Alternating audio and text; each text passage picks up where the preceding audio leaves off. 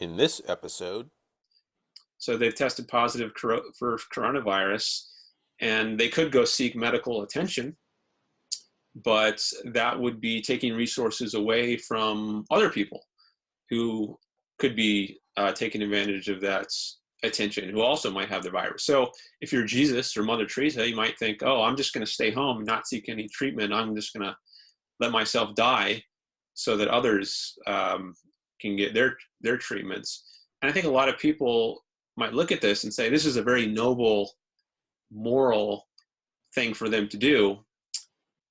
And is that right? So for Rand, what's worth pursuing is my own flourishing or my own happiness or my own good life. And that means that my own floundering is not worth pursuing. And my own suffering is not worth pursuing. So she's got a particular view about what's worth pursuing, and we can evaluate that and compare it to other theories that have other views, right? But I think that all moral theories have some sense that there are certain things which are intrinsically worth pursuing. Now, if you think that there aren't, then you're something like a moral anti-realist, right? Maybe you're an error theorist like J.L. Mackie. You think there's nothing intrinsically worth pursuing, including happiness. So Mackie would reject Randianism because he would say there's absolutely nothing that's intrinsically worth pursuing. Rand says, no, Mackie, you're wrong, because my own happiness is intrinsically worth pursuing. Does that sound right? The real world is such that, I think, you don't get pleasure by strangling babies. So I'm not going to do that. But if we bizarrely stipulate that that's the way to pleasure, then yeah, I'm going to do it. But, the weirdness is not that I would choose what gives me pleasure. It's that someone would think that that's what gives me pleasure. Well, but there are people who get pleasure by killing other people. Psycho people. Right. But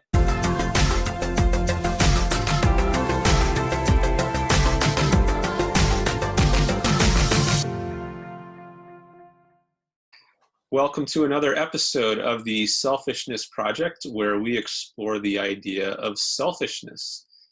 Today, I'm pleased to have with me a professor of philosophy at a college in Orange County, California, Cypress College, Jason Thibodeau. Is that how you say it? Right, exactly. Okay, so thanks for joining me. No problem. Thank you for having me. You're welcome. Okay, so we are recording this on March 20th of 2020, which means we are right in the middle of this coronavirus pandemic. And originally, when I had contacted Professor Thibodeau, I had a whole bunch of topics in mind that we could talk about, very timeless topics about ethics. And maybe we'll get into some of that today, but since we are in the midst of this pandemic, or at least that's what it's been called, which is on so many people's minds, I thought we would at least start out today by discussing that, and then we'll just see where it goes. So one thing I was thinking about just before this call is,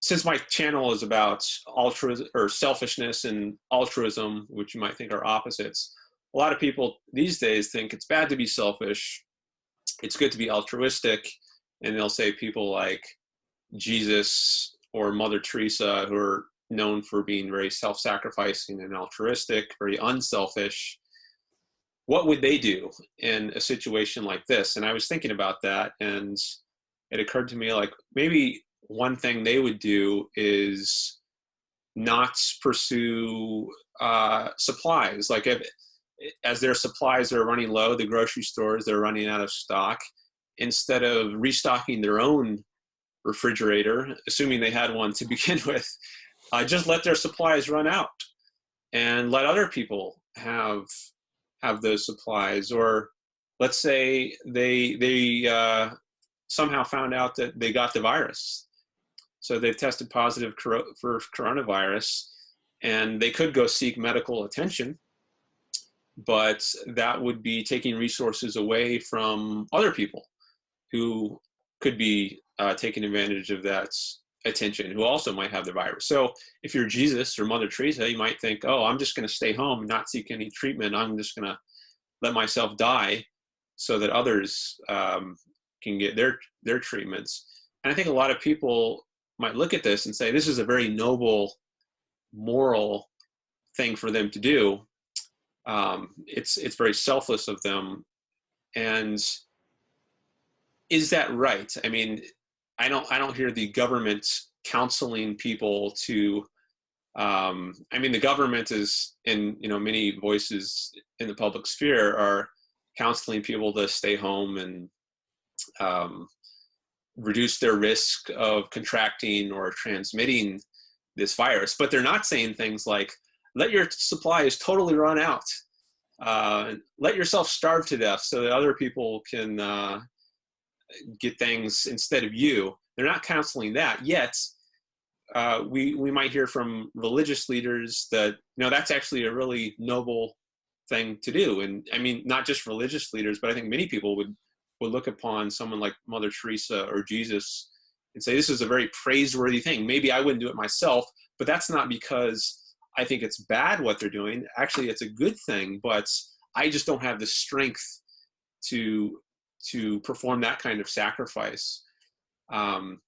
So there's quite a disconnect between what a lot of people say is good or ideal or moral or noble, and then what a lot of people are actually doing or even advising. So I threw a lot out there. Let me just throw it over to you and see if you have any thoughts on all of that. Yeah, a couple thoughts. Excuse me. One thing is, you mentioned that the government isn't advising us to behave like Mother Teresa, but they are advising us to be socially distant and to not do anything outside of our homes that isn't sort of necessary. But you took that sort of discrepancy from the idea that we're not being asked to do what Mother Teresa does, or what Gandhi might do, or what Jesus might do, versus what we are being asked to do is some sort of suggestion that there's a cognitive dissonance in people's minds, that somehow these good things that we think are good we're not being asked to do. Is that roughly right? Yeah, that's at least one of the things that I thought was interesting. So yeah, well, I definitely think there's cognitive dissonance in people's minds, but I'm not sure that getting at what the government is telling us to do really reveals that. I think that what the government is asking us to do right now, especially in terms of the stay-at-home order that came out yesterday from Gavin Newsom, California governor, and recently, I think Illinois and Connecticut also, their governors also issued similar orders, that I don't see those as, I mean, there's a moral dimension to whether we obey the order, but I don't think their orders are coming from a perspective of morality so much as a perspective of public health. These are the things we got to do in order to limit the growth or the spread of the virus. So I guess I'm a little bit skeptical that we should take what the government's telling us to do as any kind of guide about what this says about what we value as a society or as individuals. Although there's probably dissonance there. I just don't think that that's the right place to look for it. In terms of maybe what's more interesting in this connection is whether or not we believe we should behave, irrespective of what the government's telling us to do, whether we should behave as Mother Teresa might, or as Jesus might, or etc. And I think it's obvious that people are not behaving in that way, at least not, it's not widespread. I mean, all you have to do is go into grocery stores and see that there's no eggs and bread on the shelves, and realize that people are not thinking about making sure that there's enough for everybody. They're pretty much looking out for what they take to be their own interests. Now, you might think that that's a better indicator of some sort of cognitive dissonance, right? So that if I think that, and I belong to a religious institution that preaches that selfless behavior, understood as making sure that others have their needs fulfilled before I make sure that I have what I want, at least. If if that's the professed belief I have, and yet I'm going to the store and I'm buying 5 large packages of toilet paper and 12 gallons of milk and et cetera, then there's a dissonance there, right?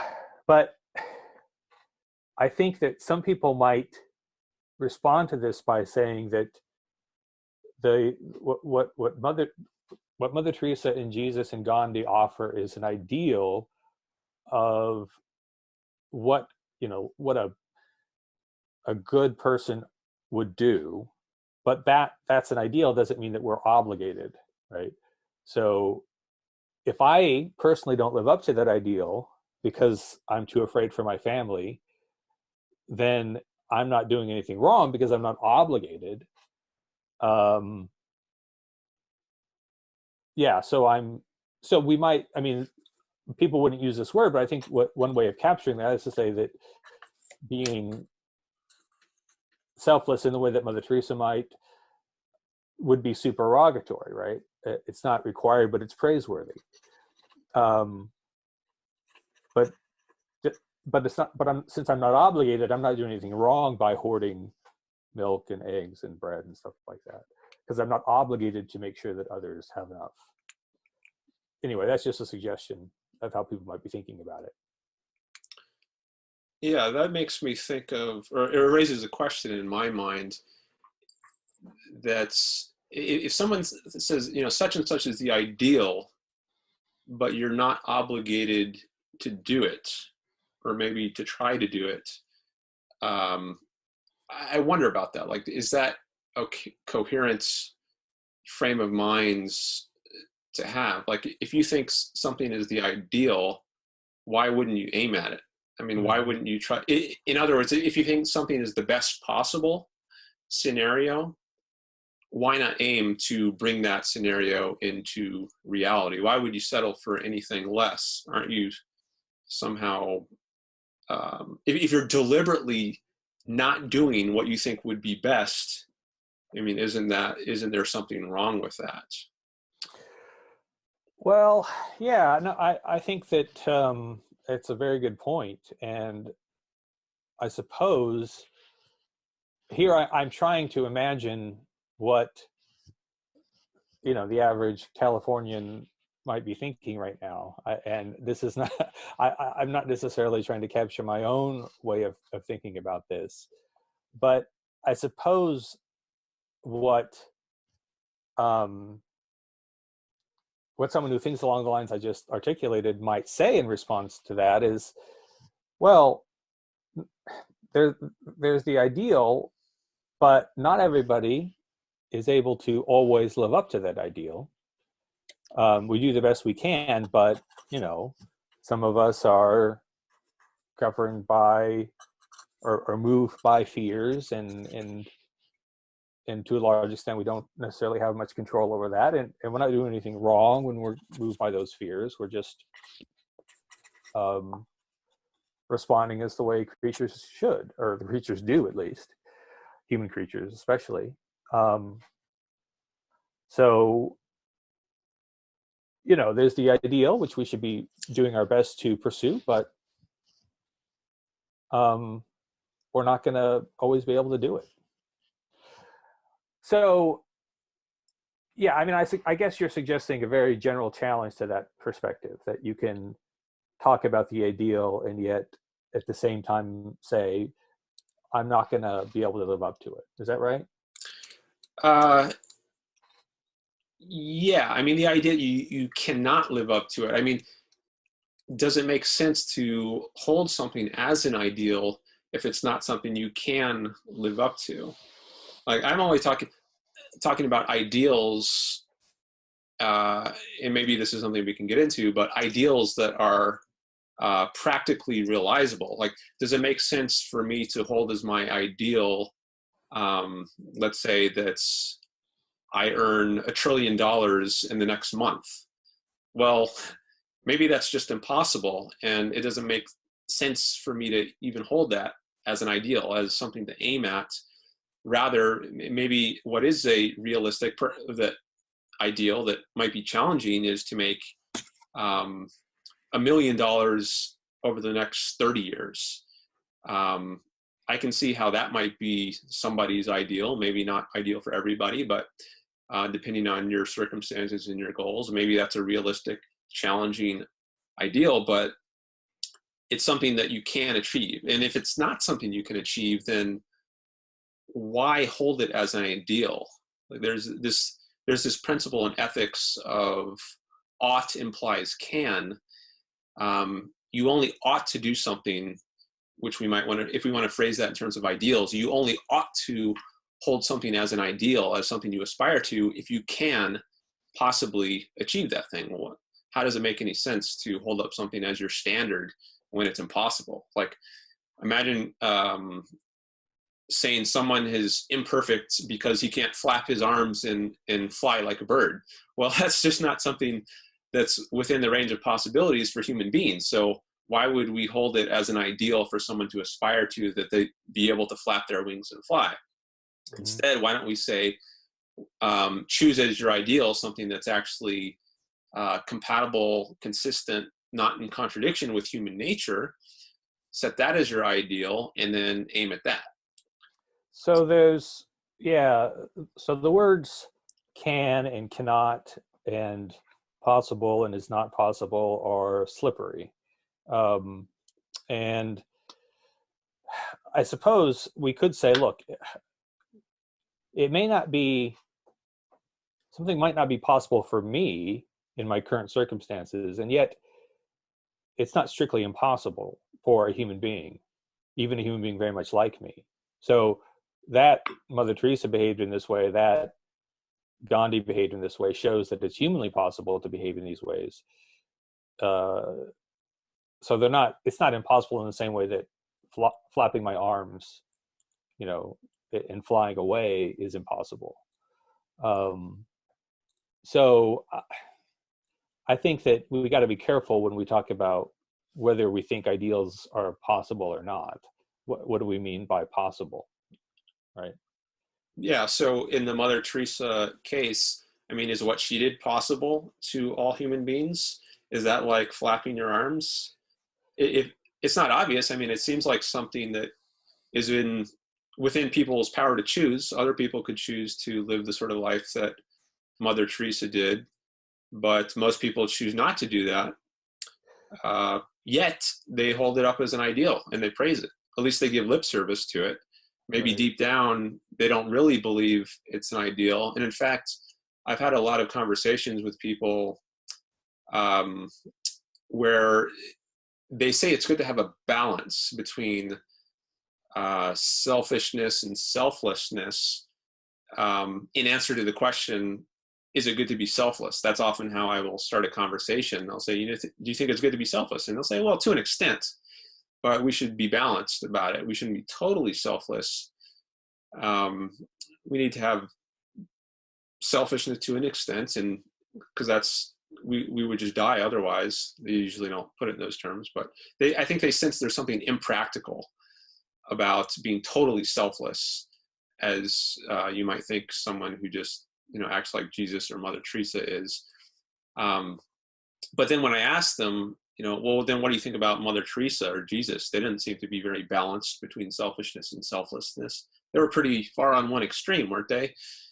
And in the cases where I've asked this question, they seem usually they're not sure what to say at that point, because they realize there's this tension, maybe a contradiction between what they profess is their ideal and what they profess as noble and moral, Mother Teresa, and then what they started off saying in the conversation, which is that it's good to have this balance between selfishness and selflessness. How is that view that it's good to have a balance, consistent with the view that it's good to be like someone very unbalanced, Mm-hmm. like Mother Teresa.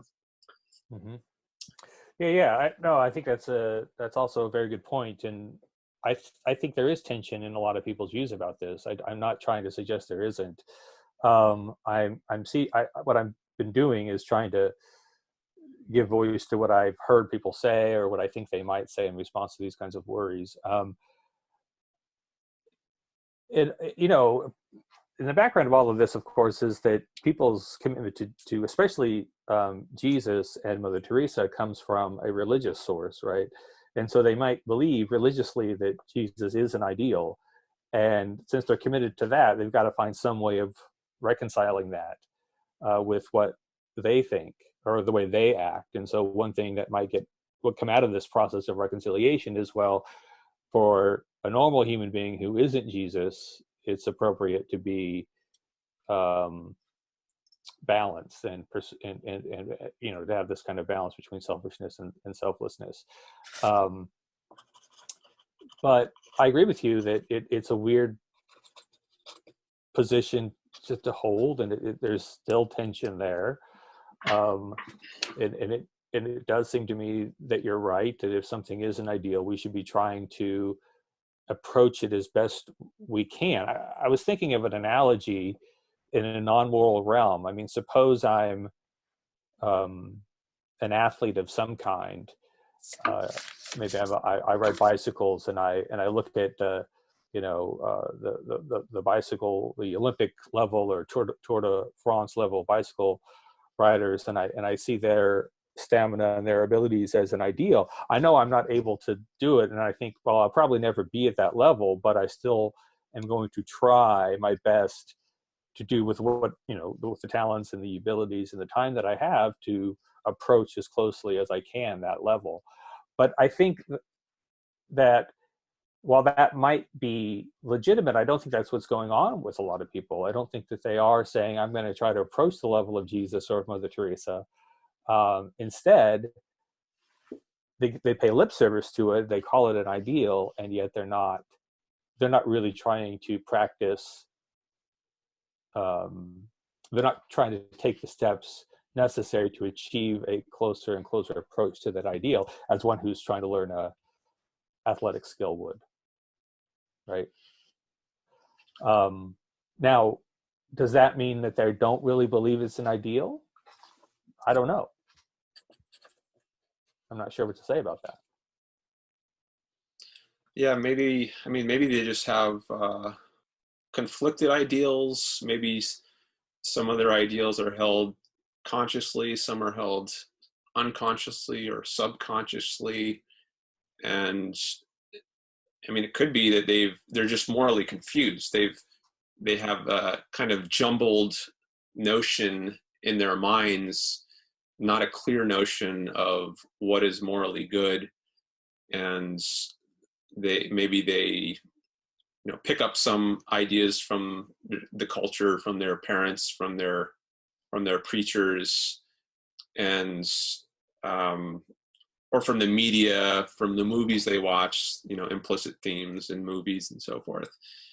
And maybe they just have all these ideas of what is good jumbled together in their mind, and they haven't thought through it all and tried to ask, does all this really fit together in a coherent, consistent way? Are there any conflicts or contradictions in the ideas that I hold? I think if a lot of people were to very self-consciously ask themselves that question, I think they might that might put them on to being aware that there are inconsistencies in their view. Not everyone is philosophically self-conscious in that kind of way.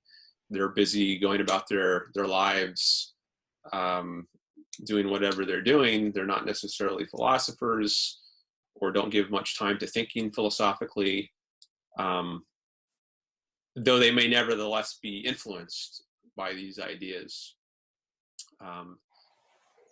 And I mean, I think people, maybe this idea a lot of people have the idea that, you know, something is good in theory but not in practice, or something might be moral to do but not practical. I'm not sure those kinds of views ultimately make sense. Like to take the well, if you have the view, you know, Jesus and Mother Teresa, they're very moral, but they weren't practical. Or they trying to think of what was the other I was thinking of a parallel to the theory and practice kind of dichotomy, but maybe I should just stick with the moral and the practical. I think what a lot of people might say is that, you know, Jesus and Mother Teresa, they're moral, but they're not practical. But why would that be? I mean, I guess that depends on what your view of morality is. If your view of morality is, to take my view, which I'm heavily influenced by Ayn Rand on this point, the point of morality is to help you live your life on earth. So in other words, the point of morality is to be practical. If we take being practical as consisting in achieving values, happiness, success in your life here on this earth. So if the purpose of morality is to achieve your happiness, which it is for Rand, then morality has to be practical. It's entirely geared to achieving your happiness. So it wouldn't make sense to say that something is practical but not moral, because what's moral is defined in reference to what's practical. Mm-hmm. Or maybe there's a kind of interrelationship there. But if you have a very different conception of morality, if you think morality is about sacrificing yourself, about giving up this world, subordinating your own interests to that of others, of being altruistic, well, yeah, if that's your view of morality, then there's going to be a conflict with being practical, with achieving your own values, success, happiness here on this life. Though, if the whole point of morality, of being good, noble, and moral, is to subordinate your own interests, to sacrifice yourself, then, you know, that's kind of setting you up to be impractical here on this earth. Go ahead. Yeah. So, yeah, I think we should explore this dichotomy between the moral and the practical. I agree with you that people say these things about how Jesus was moral or Mother Teresa was moral but not practical. And I agree with you that I'm not sure I'm not sure what they're saying at the very least, and I don't know that it makes sense. On the one, but suppose someone says, "Look, I don't see how being like Jesus could be impractical, because if there's an afterlife, say, and suppose you are rewarded in the afterlife based upon how well you achieve the ideal of Jesus, then what could be more practical than doing what Jesus does, you know, behaving in the way that he behaves? Sure, it might provide you with some unhappiness or discomfort, at least in your life on earth, but that pales in comparison to the life that you're going to achieve in heaven. And indeed, that's the kind of thing I want to say, especially to any kind of, you know, Christian who would argue that Jesus's life or Mother Teresa's life was not practical. I would say, but how can that possibly be, you know, given the afterlife? Now, you emphasized when you were talking about Rand that on her view, morality is about achieving, I think you said happiness, or maybe you said a good life, or maybe you said both, but I think those are distinct concepts, at least, that we should treat as separately until we can prove that they're the same. But in any event, you said achieving those things, whether that be happiness or the good life, in this life, and by this life, I take it you mean the life we have now, our biological existence. But I mean, Rand didn't believe in an afterlife, so as an atheist, she rejected that idea completely. If she had believed in an afterlife, I suspect she might have a different perspective on that. And it does seem to me that if there is an afterlife, then what uh, what is practical for us is different than if there isn't an afterlife, right? Yeah, yeah, I think that's right. And I guess there was an implicit assumption in what I was saying, and I think in other people's way of thinking, when they say something is moral but not practical, um, I think maybe that's revealing that what the standard of what's practical in their minds, what's really guiding them, is this life on Earth. Otherwise, why wouldn't they just agree with what you just said and say, well, yeah, it is practical, because what really matters, the way we really gauge practicality, is what gets you in touch with God in the afterlife, or gets you into heaven, something like that.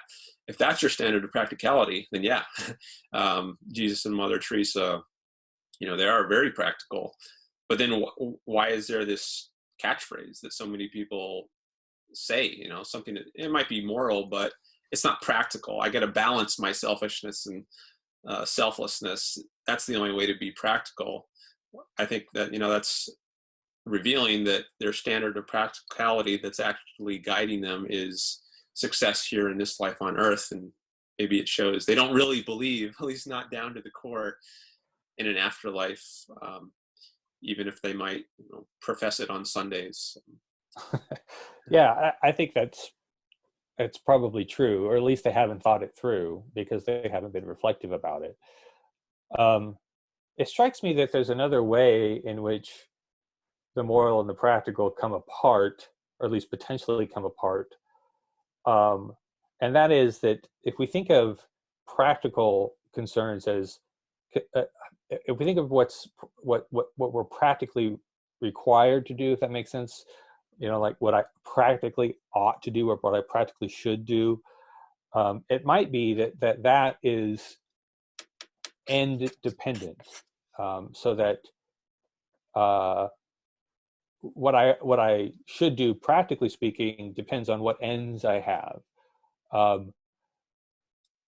So if my end is to become a physician, then there are certain things that I need to do, like go to medical school, for example, right? But if I have a different end, then there are other things I need to do. And if I don't have the end of going to medical school, then it's not the case that I ought, practically speaking, to go to medical school. So if we think of what we ought practically to do, where we're just talking about means ends rationality, it seems like that is morally, or morality is irrelevant to that, right? I don't want that to be heard the wrong way. I'm not saying that morality is irrelevant at all, if you come from that perspective. But the point is that what I ought to do practically just depends on what my ends are. And so suppose my ends are, world domination, or, killing a bunch of people. There are practical things I ought to do to achieve those ends, right? That I have to do them. That's not a moral judgment. That's just these are the things I need to do in order to achieve my end of world domination. So now, of course, we can judge ends, or at least perhaps we can judge ends from a moral perspective and say, well, that particular end is not an acceptable end, morally speaking, and this other end is. So if that's the distinction between what's moral and what's practical, whereas, where it's practical just concerns means and ends, and what's moral concerns some other kind of different way of judging things, that includes a way of evaluating ends, then the claim that Jesus's behavior was moral but not practical becomes kind of empty. Right? I mean, yeah, so what, right? Practical for what? Practical for becoming a wealthy person? Yeah, you're right. It's not. But then, so what, right? Why does that matter? If it would only matter if we thought that becoming a wealthy person was the thing we ought to be pursuing. Well, no, maybe you say, no, it's not that. It's that Jesus's behavior isn't practical for living a life in 21st century America, where you have a job and obligations and so forth, right? Obligations to your family, obligations to your career. But again, the response to that should be, so what, right? Why does that, who cares if that's not practical for that? You know, Jesus was doing the moral thing. He wasn't concerned with means ends rationality. He was concerned with doing the right thing. So why does it matter that what he was doing is not a good way of living a life in 21st century America to achieve 21st century American ends? You know, it seems like a completely empty objection or a completely empty concern. Yeah, so I think one thing you're touching on here is whether morality is entirely subjective or whether it's objective. Maybe in saying that someone like Jesus is impractical, it's implied there's an assumption there that there is some objective standard of practicality, and Jesus isn't measuring up to that. So I'm not sure if that's exactly what you're getting at. Like, but when you say that, you know, practicality just concerns means ends relationships, and that's separable from the issue of morality. So I don't know if morality and practicality should be as separate as that, or if they're more intimately related. Are they just different perspectives on one and the same issue? Is morality a more fundamental perspective on actions? Like if it's I don't know what would be an example. It's like it's practical for me to get a job if I want to survive, because to survive I need to eat, and to eat I need money so I can buy the food, and to get the money to buy the food I need a job. So it's practical for me to get a job. That's a means to some end I have of surviving.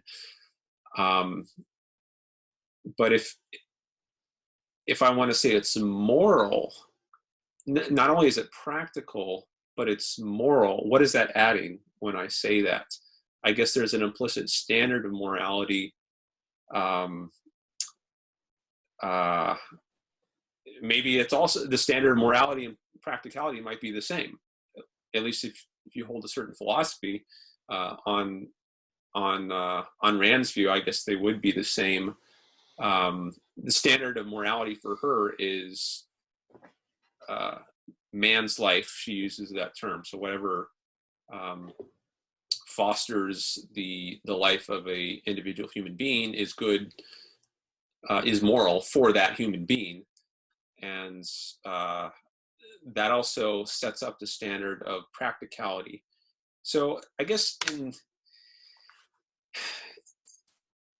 in the beginning of her thinking and her meta-ethics, to use that term, she doesn't draw this distinction, I think, between the practical and the moral. It's just, what is the standard of the good? Or what is the standard of value? She uses that term. And once she defines that, then a certain view falls out from that of what is moral and what is practical. But I don't think those are the concepts she starts with. What is moral, what is practical? Rather, it's what is a value. And somehow from that, you know, she develops a view of what is moral and what is practical. But I think they're very tied up with each other from the start. But Rand, sorry. No problem. Okay, so Rand would agree that if I have some end, there are, you know, necessary and sufficient means to achieve that end, right? And certainly if I have some end, then in Kant's sense, I'm in some way committed to the practical, the necessary means of achieving that end, right? So if I choose as my end to become a physician, then that means committing myself to the things that would be necessary to becoming a physician. But it seems like that, so that doesn't seem to involve moral concerns at all, because whether, I mean, suppose I have some crazy end, like I want to be the best hot dog eater on the West Coast. And so I'm going to learn how to eat as many hot dogs as I can, as quickly as I can. And that means, you know, practice. I got to stretch my stomach. You know, I've got to learn how that's done. I don't know how it's done, but, you know, I'm going to learn how it's done. So the point is that if that's my end, there are certain things that I need to do that are necessary in order to achieve that end of being the best hot dog eater on the West Coast.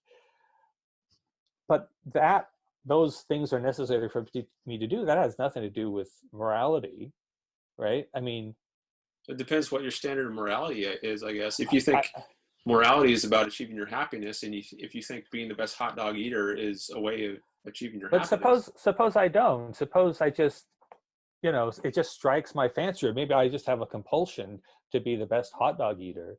And I even know that getting that trophy that says Jason Thibodeau, best hot dog eater on the West Coast, is not going to make me happy. And yet I just feel compelled to do it. And it is my end. I don't see. So I guess what I'm saying is you have to add something more to the picture in order for it to be a moral concern. That is, yeah, I suppose if you think that individual happiness is the aim of morality, and you think that achieving one's ends is the way to achieve happiness, then it becomes a moral concern to practice eating hot dogs, right? But in the absence of those claims, it's not obviously a moral concern. And in any event, it's still the practical thing to do. If my end is to become the best hot dog eater, still the practical thing to do is to practice regularly, to stretch my stomach, to, you know, I don't know, figure out what the best strategies are for hot dog eating. And here's the point. So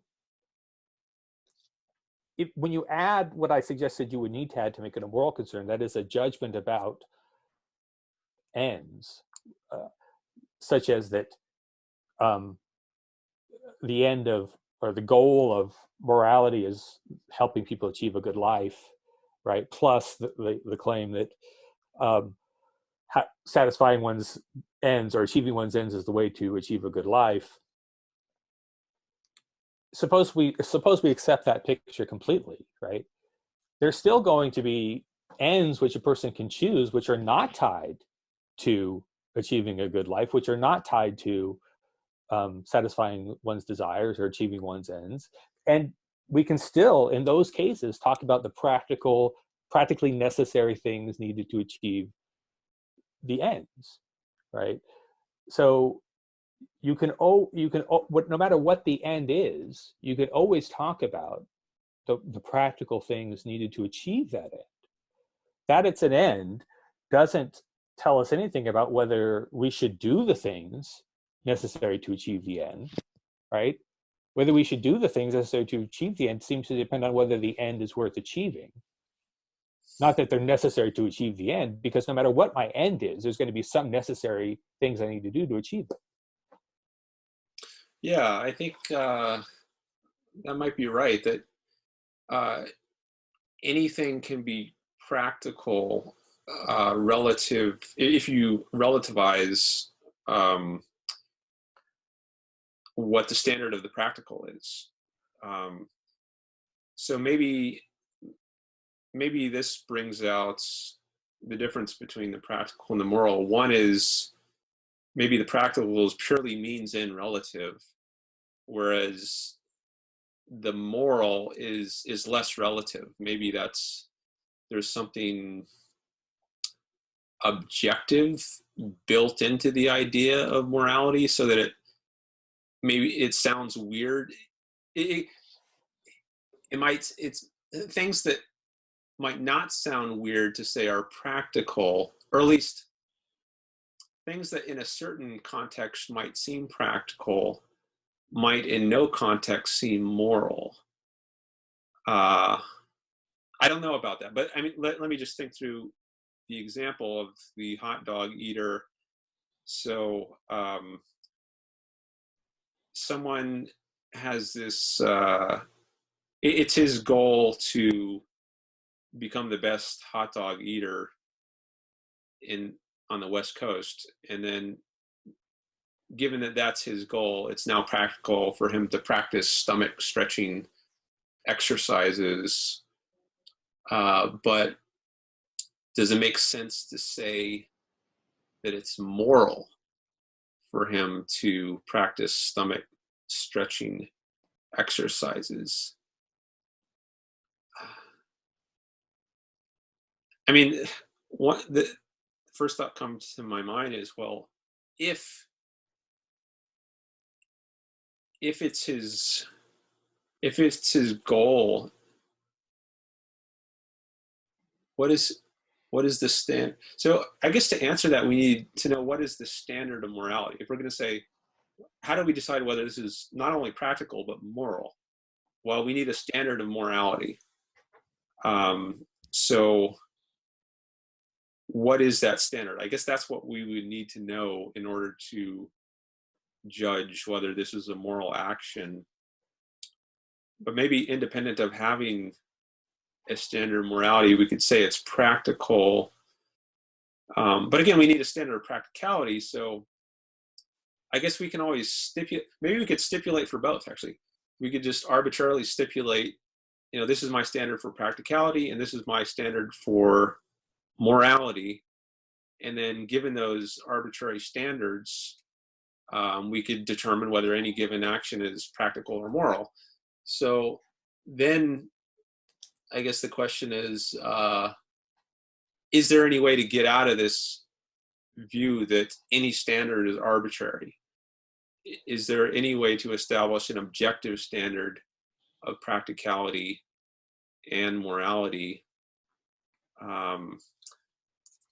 So I guess I'm skeptical of the idea of that we could just, obviously we can adopt standards and we can judge things according to our adopted standards, but that's not the same thing as actually figuring out what it is to be practically rational or what it is to be moral.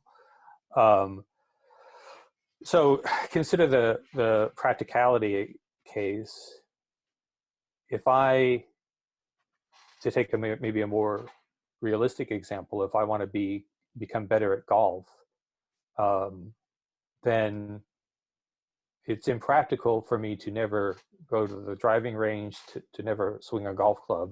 That's not like, suppose I think I'm going to be better at golf, and the way I'm going to do that is I'm going to watch a bunch of golf videos, or maybe I'm just going to read a book about golf, and that's going to make me better, right? That's not going to do the job. So it's not a practically effective means of achieving my goal of becoming a better golfer. What are the practical means? Well, that very much depends upon the world, right? It depends upon things like, how is it that human beings learn skills? And that's not got anything to do with me personally, certainly. It's got nothing to do with anything I have any control over. It's got something solely to do with the way human beings are put together and the way the human brain is wired and so forth, how skills are developed by humans. So what is practically rational for me to do does depend on my goals, but then once my goals are set, it's sort of up to the world, right? The way the world is determines what is practically effective for achieving my goals. Does that make sense? Yeah, yeah, that seems right. It's practicality is it's a product of both our own nature and the nature of the world, independent of us. And this reminds me of Rand's concept of objectivity. That I don't want to get too far afield here, but on her view, uh, objectivity, a lot of times the way that term is used is to refer to something entirely independent of human nature or human consciousness. Um, she uses the word intrinsic for that, I believe. Something is intrinsic in reality. Um, but on her understanding of objectivity, it involves both taking into account the nature of humans and then the nature of the world. So um, it might be objectively, I guess, going to the golf range to practice your swing, that might be an objective value in the sense that it takes into consideration your own nature, as you were just saying. We're the kinds of beings who are wired such that we actually have to practice some skill in order to get better at it. We can't just read a book. And also the nature of the world independently of us. That sounds a little weird. I think maybe I was going off on a bit of a tangent there, but let me throw it back to you. Yeah, no, I think that, right. So the way in which it's objective, that is the facts about what I ought to do in order to achieve my goal. The way that it's objective is that it doesn't depend upon my own judgments, my own wishes about what I ought to do, right? I might want it to be the case that I can just read a book and then I get the skill from reading the book. Or I might want it to be the case that it's like in the Matrix where you plug the program in and all of a sudden you can do kung fu, right?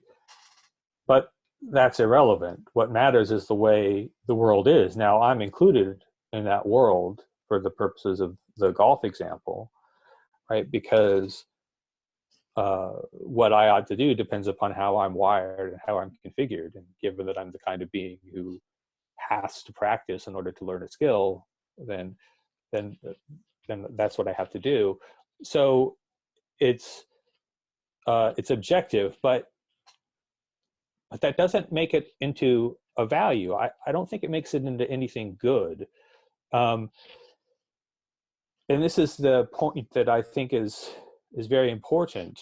And the reason that I don't think it, so I guess what I'm saying is that I have something as a goal or an end, and that there are necessary things that I should do to achieve that goal doesn't make my goal into a value. It doesn't make my goal into something good, nor does it make it the case that doing those necessary steps, necessary means, is good, right? Because, and the reason I say that is because we can imagine easily examples where someone has as a goal an end that is, we want to say, immoral.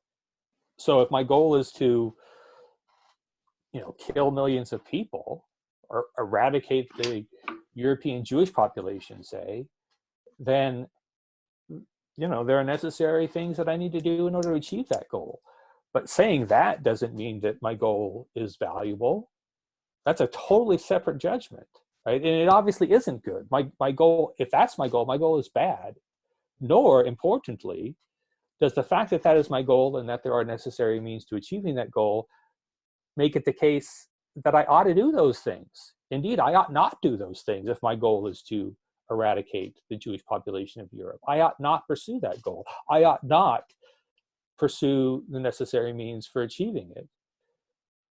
So what that example, and there are plenty of others, show is that what we ought to do morally is not dependent on what our goals are, or maybe put it the other way, our goals don't make it the case that we ought to do certain things. Our goals that something as my goal doesn't make it the case that I ought to pursue it. Because if my goal is bad, I ought not pursue it. Yeah. So I guess there's the question that seems kind of in the background is here. By what standard is it that we're saying that we ought not to kill the Jews or just murder a million people? Why is it that these are not good things to do? Is there an objective? I don't know if that's the word we want to use, but is there a basis for saying that is not just relative or arbitrary? Right. So let's talk about Rand's answer. Right. So Rand says,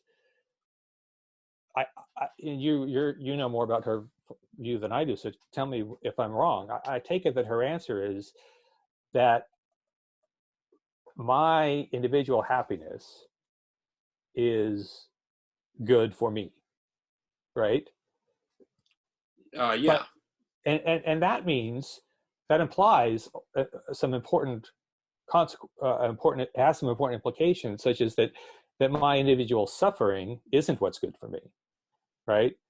And my individual floundering is not what's good for me, right?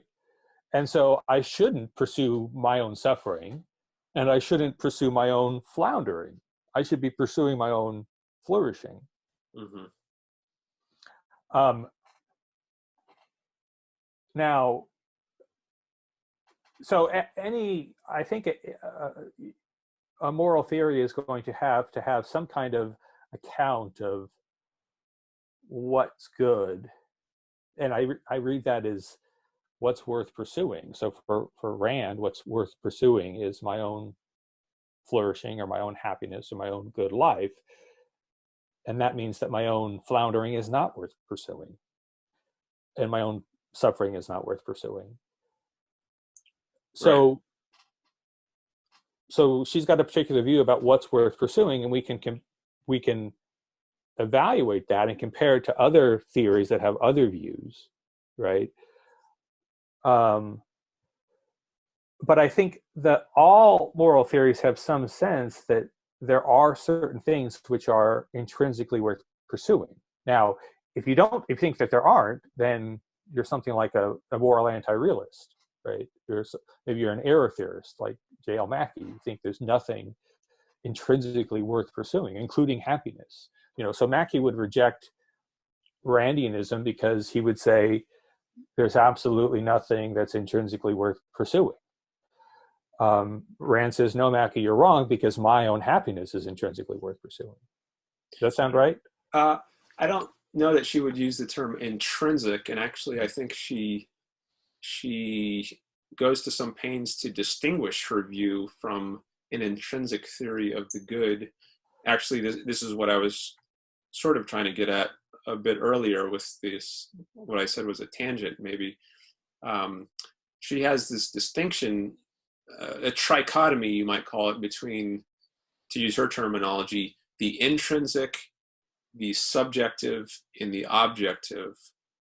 And on her view, the objectivist view, she calls her philosophy objectivism,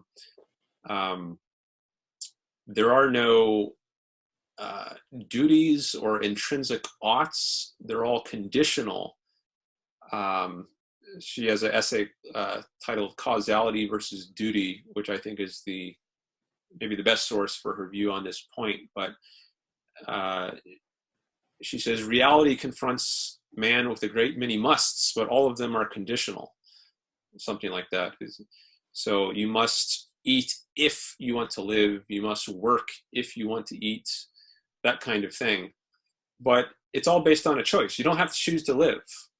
But if you do choose to live, then such and such follows. Now, how is that different from a subjectivist view where you can just choose any end you want and say, oh, okay, well, that's my end. Well, then I must do such and such, given that that's my end. She argues in in her meta ethics, that there's only one kind of end that makes sense, and that's life. So life is the phenomenon that gives rise to the entire realm of values, and therefore the entire realm of oughts. So it's not true that there are any intrinsic oughts, but as soon as you have any values at all, it only makes sense for life to be the ultimate standards, since that's where values come from, she argues. And maybe we could talk about that argument, but I think this is how she distinguishes her view from what I've called intrinsic views. It's not like you intrinsically have this duty. It's just a good thing for you to live or to pursue your happiness. It's like the universe is commanding you to do this. No, it's not. There's no universe commanding you to do it. There's no God commanding you to do it. It's a choice. And if you choose to live or to be happy, which she sees happiness as a concomitant of life, and we could talk about exactly how those two are related, life and happiness. But if you choose to exist, basically, which is what life is for us, if we stop doing certain things, we will go out of existence. If I just sit here, eventually I'm going to die and disintegrate. But if we want to keep ourselves in existence, there's a certain process we have to go through. Most obviously, we have to eat food, but so many other things, have to work a job. So she thinks life is what gives rise to values. It's what gives rise to oughts. And it doesn't make sense to speak of oughts apart from that context. So there are no intrinsic goods, but if there are goods, they are ones that promote life. I think that's her view. So I'm not sure. I guess I suspect there might be, I don't know, maybe a subtle, well, let's pursue this a little bit more, because there might be a subtle incoherence, at least as you described it. So there's nothing that is intrinsically worth pursuing, right? Not even life. Is that right? Well, I see that if you put it that way, nothing intrinsically worth pursuing, I'm a little hesitant to sign on to that, because there are things like happiness or pleasure, which I sometimes am at least tempted to say there's something intrinsically appealing about that, or intrinsically attractive about that. This point came up in my conversation with Professor Molyneux a bit. But that's different than saying there are intrinsic oughts, or at least I'm entertaining the possibility that it's different than that. I think she's definitely committed to the view that there are no intrinsic oughts. I'm not sure she would say there's nothing intrinsically that matters. I'm less confident about that. Okay. So then let's pursue the ought. Okay. What is an ought? And put this in the context of reasons, because I think this is helpful. Is what I ought to do is that something over and above what I have most reason to do, or reason all things considered to do? So in other words, suppose I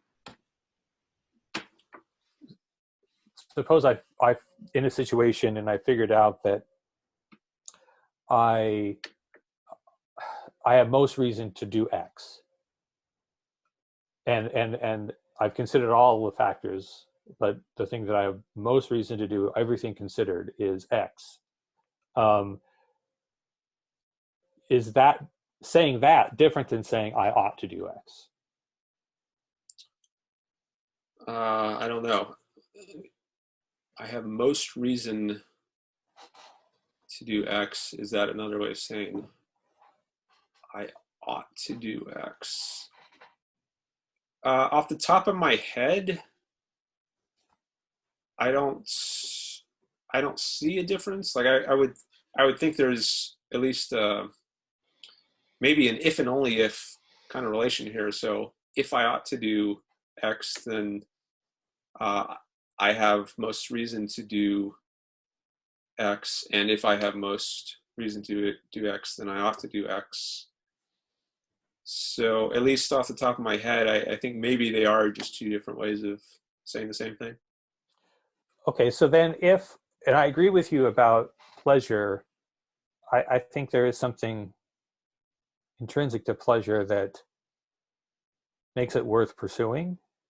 And I influenced here by people like Tim Scanlon and Derek Parfit and others who defend what's sometimes called the buck passing account of goodness, to say that something is good. Well, Parfit uses goodness in the reason implying sense. So something is good in the reason implying sense when it has features that give us reasons to promote it, pursue it, sustain it, or have a positive attitude towards it. So pleasure is good in that sense because the nature of pleasure gives us reasons to pursue it and sustain it. So if that's right, then there may be a situation where what I have most, I mean, given that so suppose I'm in a situation where I can do X, which brings about some amount of pleasure, or I can do not X, which doesn't bring about any pleasure. And those are my only two options. It seems like what I have most reason to do is X, because that's going to bring about pleasure, and I've got reason to bring about pleasure given the nature of pleasure. So what I have most reason to do, all things considered in that scenario, is X. And so I ought to do X. But that means that what I ought to do is, I mean, in that case, is only tied to pleasure. So that means that something like pleasure can give rise to oughts. Like the goodness of pleasure is enough to give rise to oughts. Does that make sense? Yeah, yeah. So far, that seems. So is this meant to be in contrast to the view that life gives rise to oughts? Yeah, I mean, so I think we got here because I was asking whether there was anything that was intrinsically worth doing, and you said, well, maybe she thinks pleasure is intrinsically worth doing, or at least Dan Norton thinks pleasure is intrinsically worth pursuing. But there are no intrinsic oughts. But then I see that as potentially in conflict, because as long as there are things that are worth doing in that sense I described, that they're reason giving, are pursuing them as reason, or they have a nature which is reason given, that gives us reasons to pursue them, then that's enough to generate oughts, right? So if there are things that are intrinsically worth pursuing, then there are also intrinsic oughts. Okay, I kind of have a feel for your argument there. So this is a counterexample to the points that there are no intrinsic oughts. Pleasure is something that's intrinsically worth pursuing, and if it's intrinsically worth pursuing, then we ought to pursue it. Well, I would be a little bit more careful. I would say that if it's intrinsically worth pursuing, then there will be circumstances where we ought to pursue it. I mean, I want to leave open the possibility that there are other intrinsic goods or intrinsic evils. And so there may be cases where doing X will bring about pleasure, but doing Y will bring about some other thing that's a greater good. And so I have more reason to do Y than do X, even though Y doesn't bring about pleasure, but it brings about something else that's good. I'm not committed to there being other things that are good than pleasure, but I think we should be open to that at least.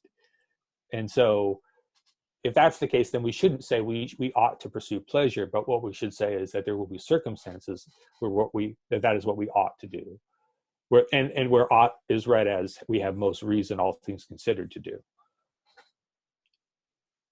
Yeah. Yeah, this is interesting. So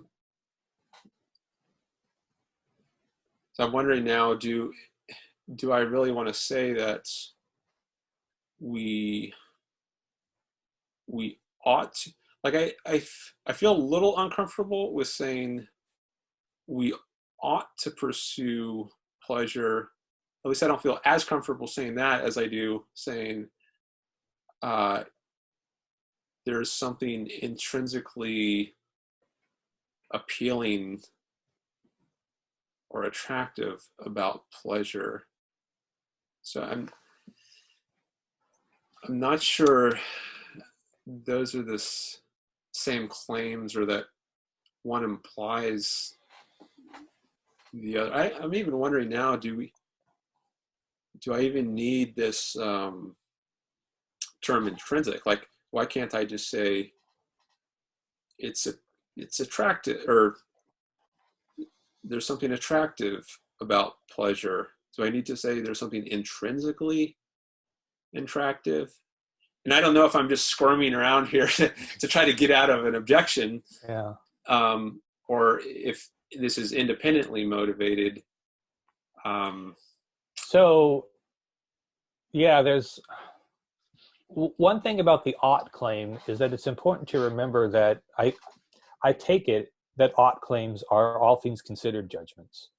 What I ought to do, when we use that word, it usually we're thinking, given everything that could possibly factor into your decision, here's the thing that you ought to do. Like, suppose I'm deciding, should I move to Kansas City for this new job? Well, there are going to be factors that weigh in favor of it and factors that weigh against it. And I take that to mean that there are reasons to do it and reasons to not do it.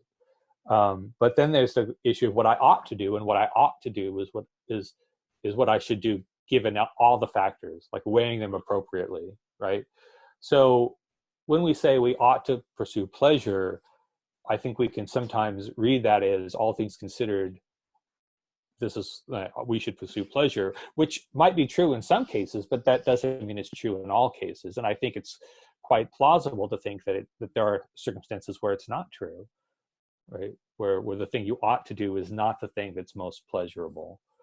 But so that's one possible reason for the hesitancy to make the move I'm trying to make.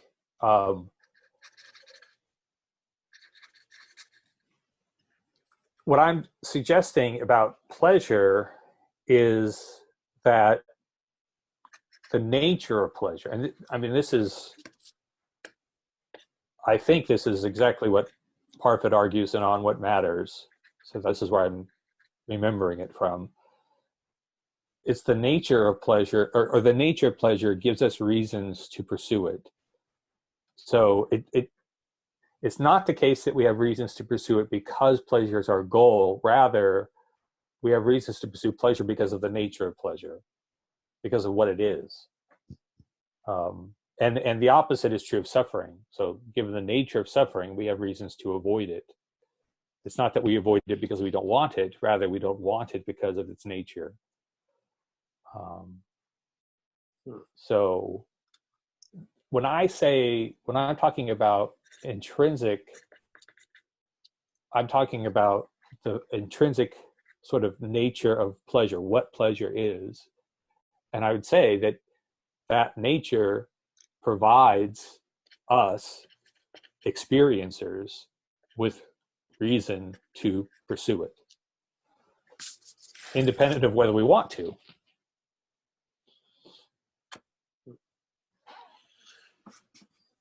So a few thoughts. One is, maybe I should just say I read very little of Parfit, and you mentioned Scanlon as well, so I'm not very familiar with their views. I focused on philosophy of mind. That was my area of dissertation research, but maybe I should read these guys more, since this project I'm working on is more directly tied to the sort of things they write about, it sounds like.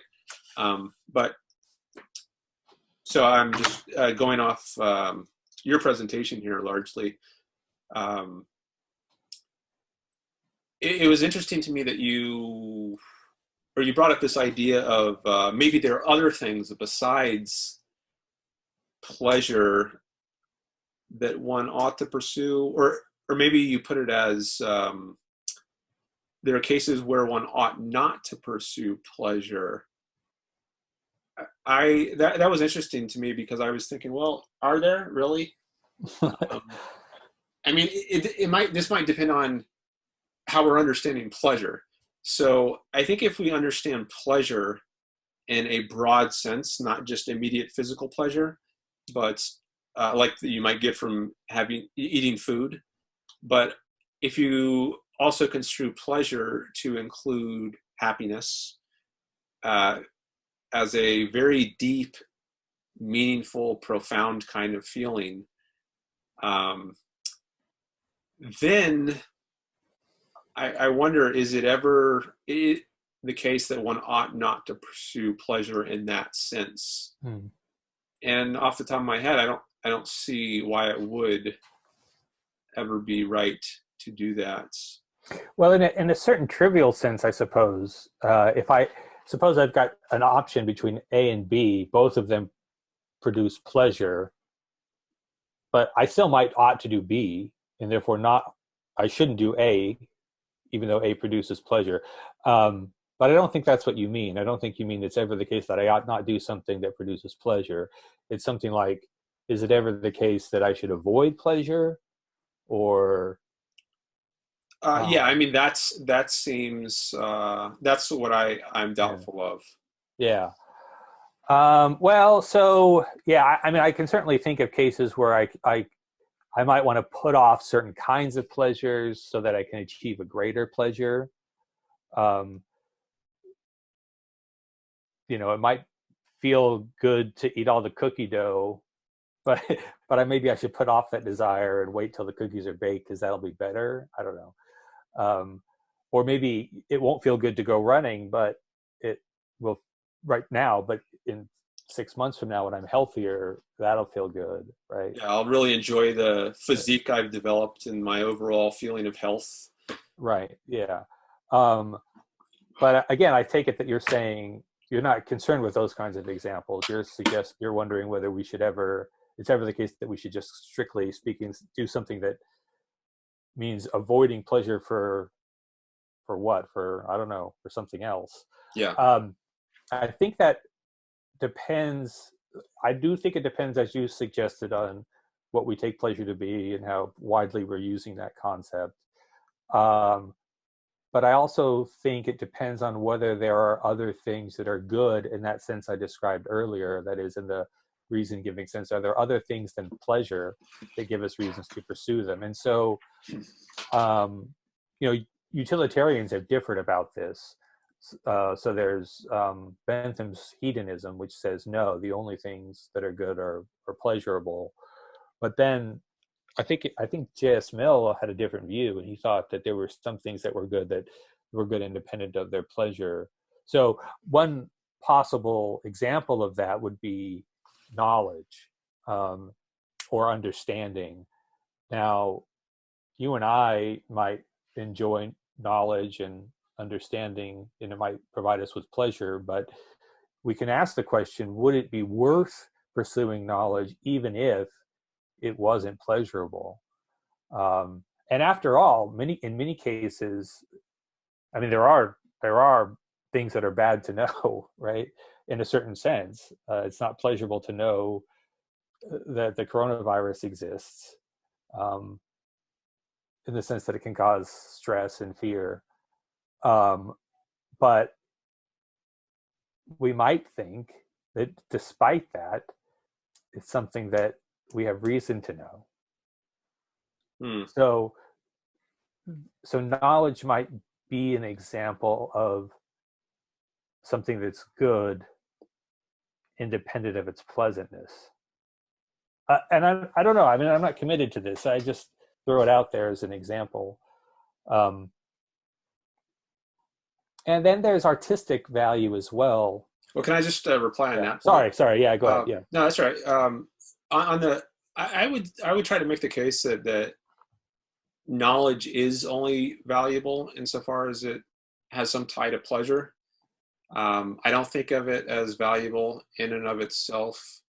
And in the case of the coronavirus, I would think that, yeah, it can cause you stress, anxiety, but in the long run, it'll cause a lot more stress and anxiety and suffering and pain and misery if you don't know about the coronavirus. So you're most plausibly better off having that knowledge. But if, for the sake of argument, we would assume that overall you would actually be better off not knowing about it, if somehow that could be true, then I would say, in terms of pleasure, you would overall have the most pleasure in this broad sense of pleasure I was explaining before by not knowing. Then I would say, screw the knowledge. Go with the pleasure, definitely. So one example that comes up in textbooks about this, and I teach this topic in my ethics class, and we talked about it recently, that's why I'm thinking about it. One example that comes up is the pleasure machine. So the idea would be you're hooked up to some sort of computer with an electrode in the back of your skull, and it can stimulate the pleasure centers of your brain. And it's so sophisticated that it can give you any amount of any of the kinds of pleasures that you could possibly imagine, including whatever pleasures you get from knowledge, whatever pleasures you get from artistic appreciation, in addition to all the physical pleasures like from eating and so forth. But you wouldn't have any physical contact with the outside world. You would just be connected to this computer. Is that life hooked up to that kind of machine a life that's worth pursuing? Or would it be better to pursue a life where you actually have contact with real people and with real phenomena? So I think that if your intuition is that it would be better to have a real life, to have contact with real people and real phenomena, then that is an indication that you're thinking that knowledge is valuable in itself, or sort of maybe not knowledge, but contact with reality at least is good in itself. Does that make sense? Yeah, I mean, this is, at first I thought maybe you were giving a variation of Nozick's experience machine. Yeah. Because I think for him, it's not just pleasure. You can have any kind of experience you want. Although I guess maybe the main motive for having such a machine is that you can program it so that you just have pleasure. That's the experience. Right. Yeah, certainly that thought, I think you're right. It comes from Nozick, but the reason for confining it to pleasure is just because we're asking the question whether a life dedicated solely to pleasure is as good or better than a life where you have contact with reality. Yeah. So on this question, I lean towards the view that it's rational to go into the machine, which I think is counter to what most people say, or at least what I've heard most people say. They have the intuition that to use that phrase, intuition, which I'm not a big fan of, but people often speak in terms of that these days. But many people have the immediate reaction, we can call it, of saying, no, I wouldn't go into that machine. And that's supposed to show that they value something more than just the experiences. They value the reality of it. I'm not convinced that's a coherent response, and I might just be an outlier in this regard. Now, myself, I've said, this came up in the Professor Molyneux discussion, I would hesitate to actually go into it because I fear the thing wouldn't actually work. Yeah. And I could be stuck for life in this machine, and it turns out to be a disaster, or maybe just boring. But if we are really just stipulating, for the sake of argument, that no, you could have any experience you want, it's going to work, not going to be any technical difficulties, then I really don't see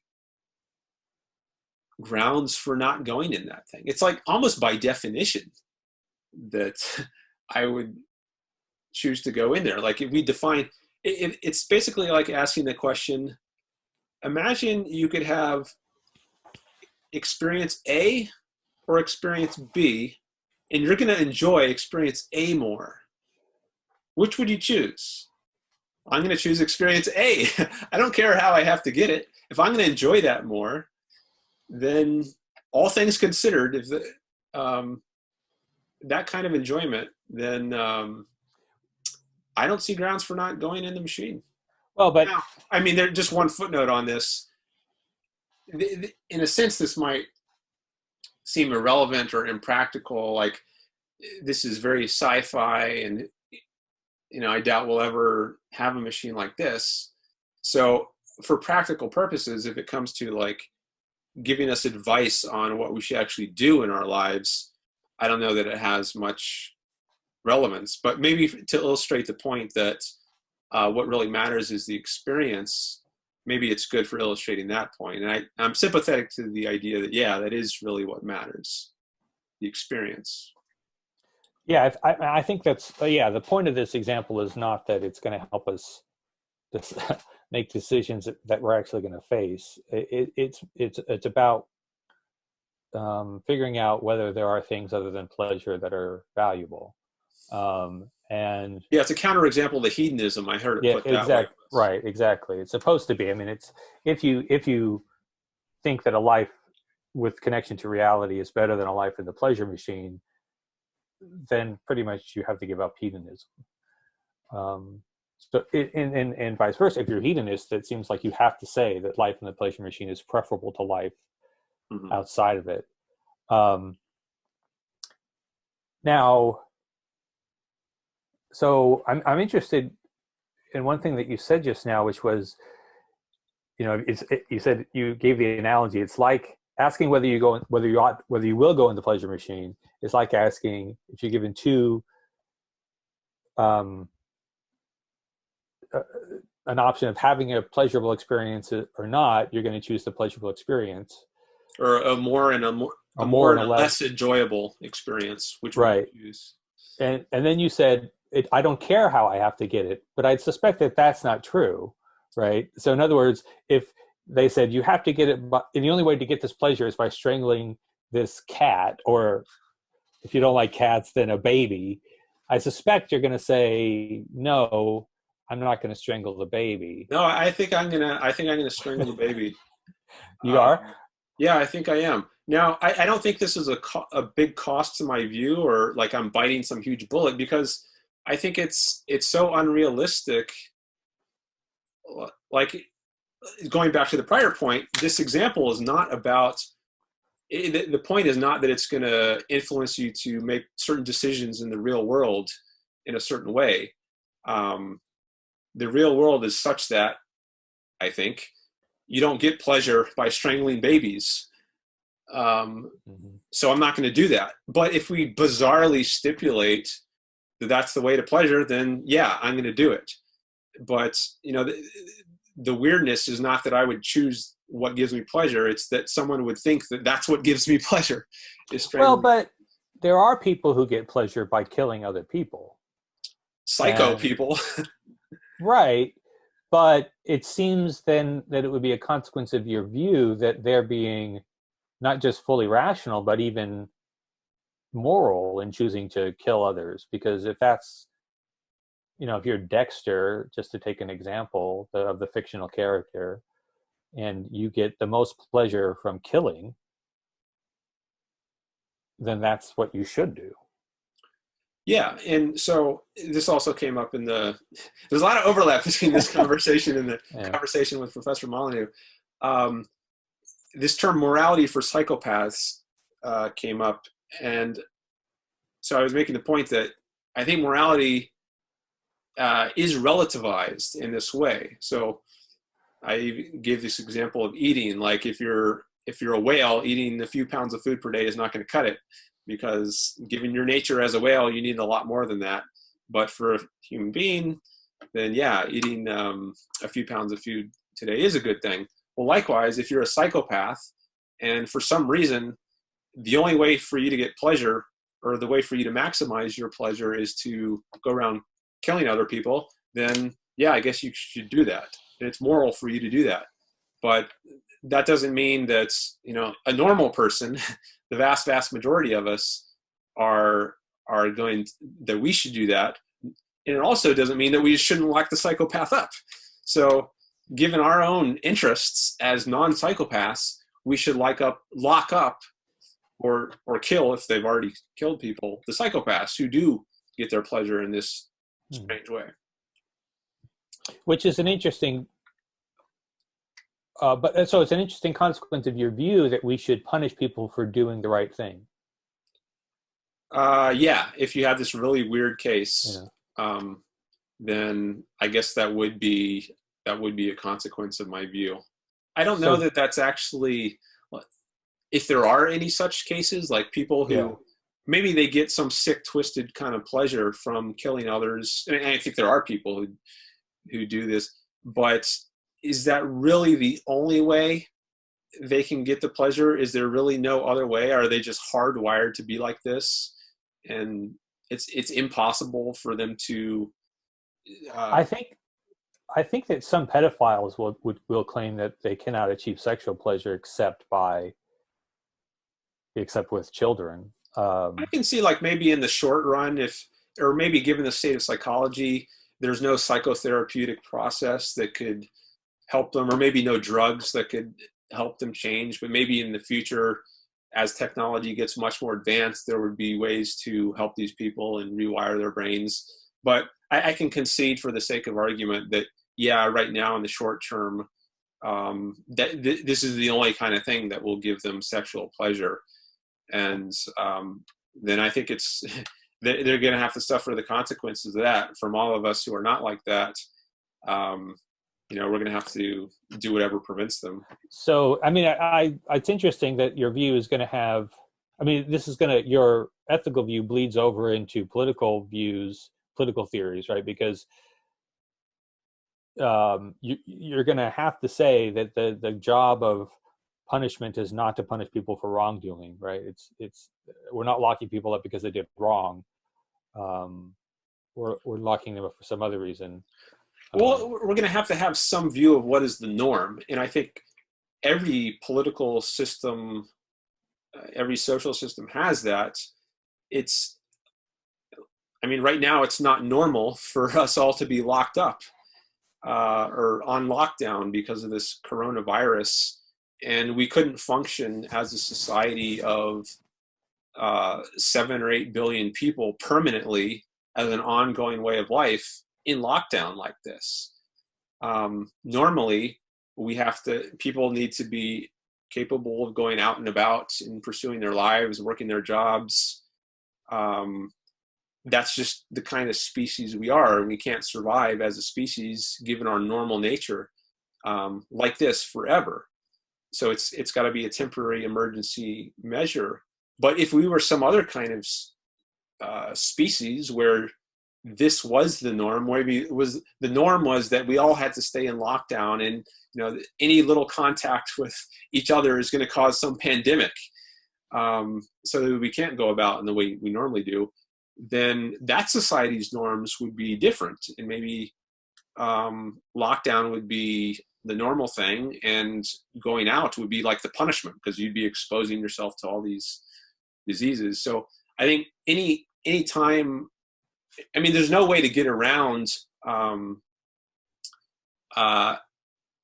assuming a set of norms and then constructing your society on that basis.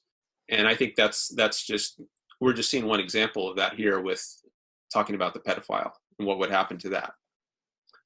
Right. Yeah. So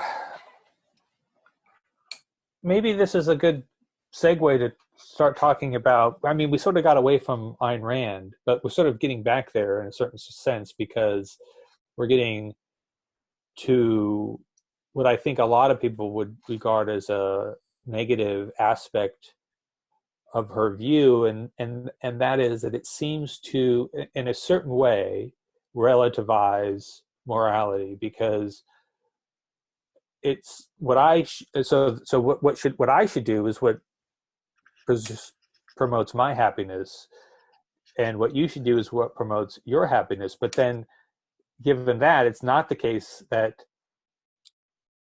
you should do what I should do, and there may be things that I shouldn't do that you should do, and vice versa, right?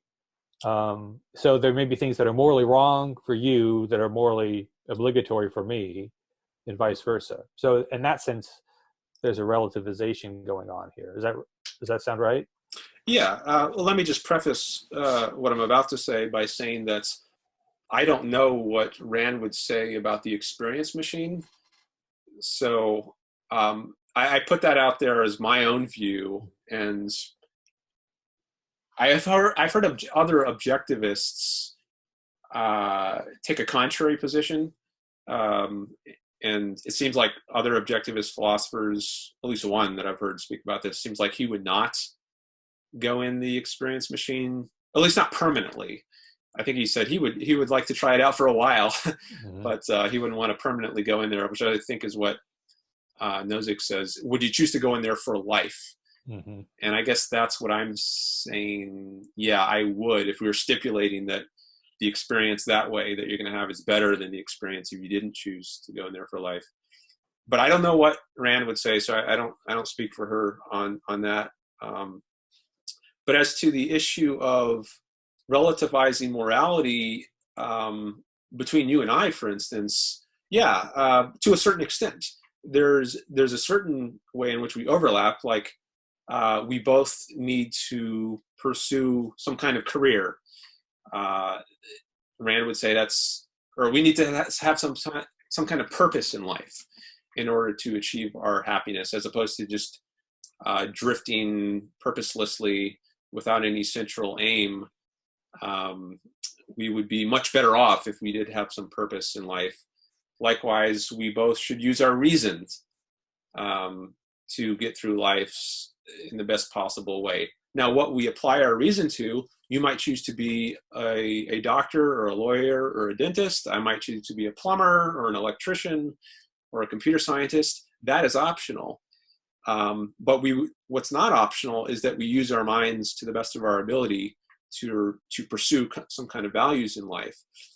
Likewise, you have kids. I don't have kids. So it's going to be obligatory normally for you to want to be doing things like spending time with your kids. Whereas for me, it's not obligatory. It doesn't make sense for me to pursue that, given the way my life has evolved. So yeah, some things are going to differ between us, but some things are not going to differ.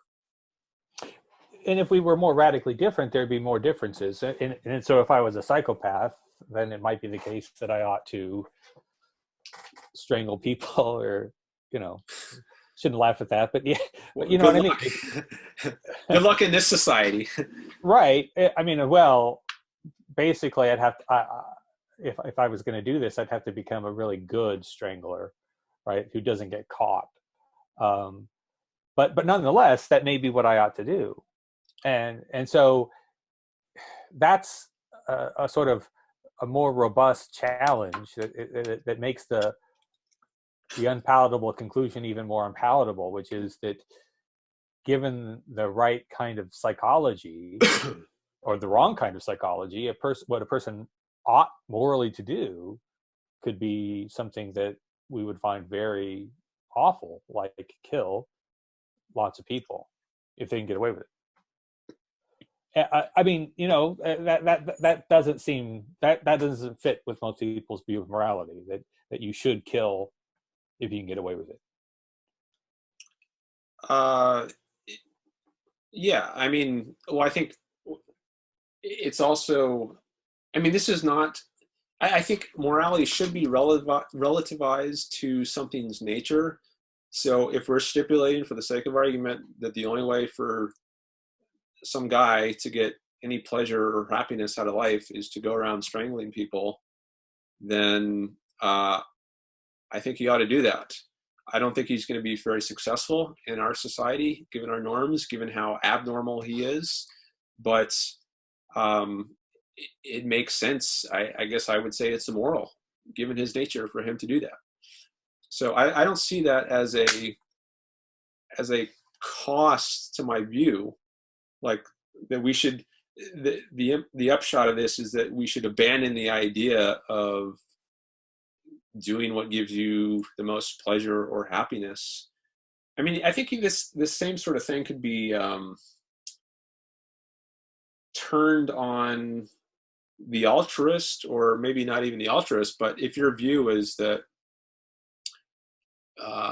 whatever the best thing. So if you're not going to take this view that I'm taking, we might call it an egoist or selfish view, that you should do what's best for yourself. If we take some other view, like we should do what's best for the world, or we should do what's best for other people. Okay, well, let me play the same trick on that person. Suppose it's true that what's best for the world, or what's best for other people, is to go around killing other people. Doesn't make much sense, or seems kind of weird, right? But let's just stipulate for the sake of argument, but that's how you maximize the world's good self-interest, the world's good, or other people's good. It's by killing everybody. Would you do it?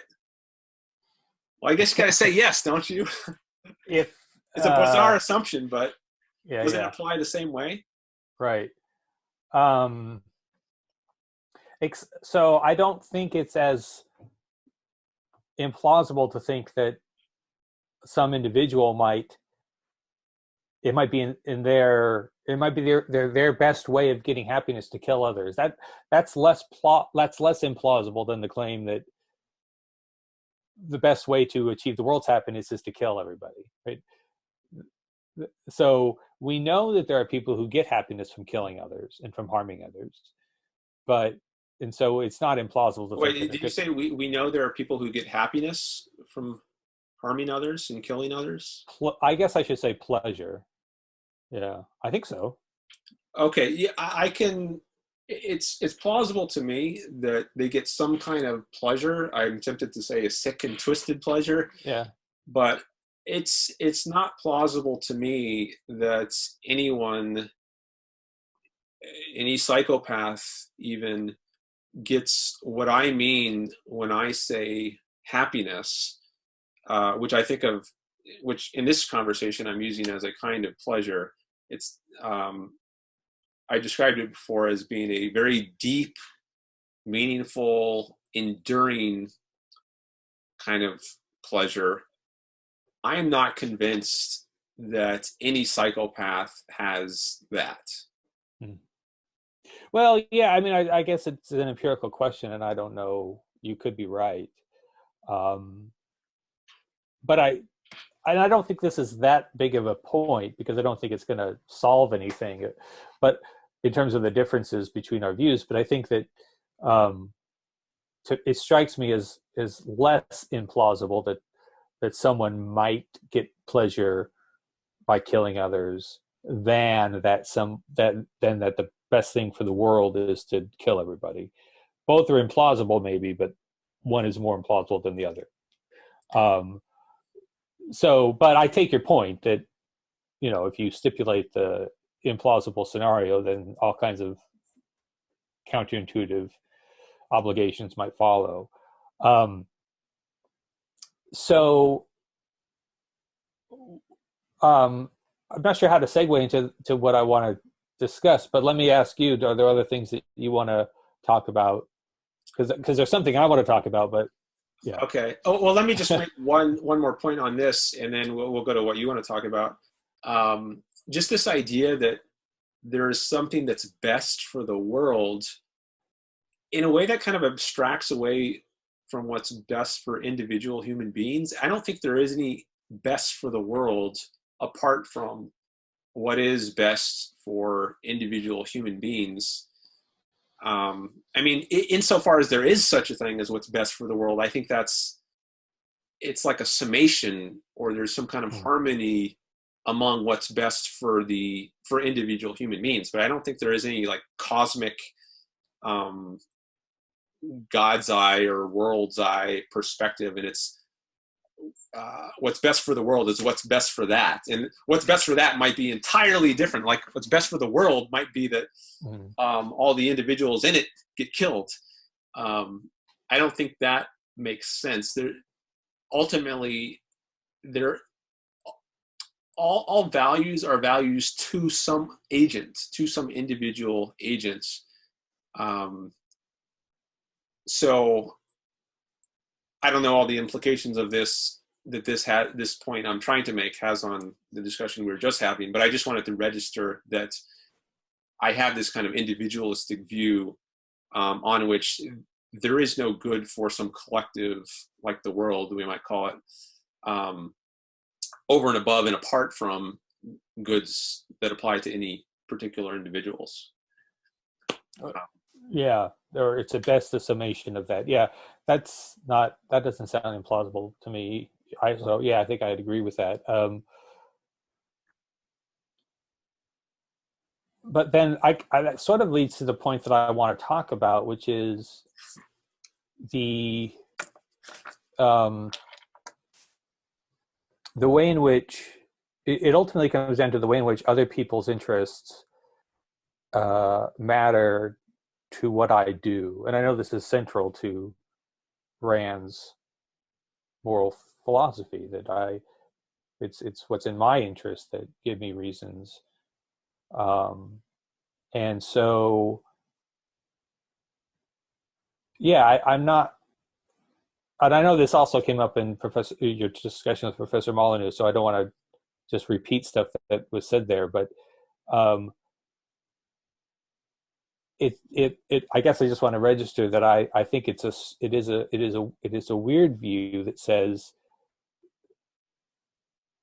so certainly a view that says Jason Thibodeau is the most important person in the world is a strange view, right? Well, it depends what you mean by that. I mean, importance I think is relative. To you, I think it is.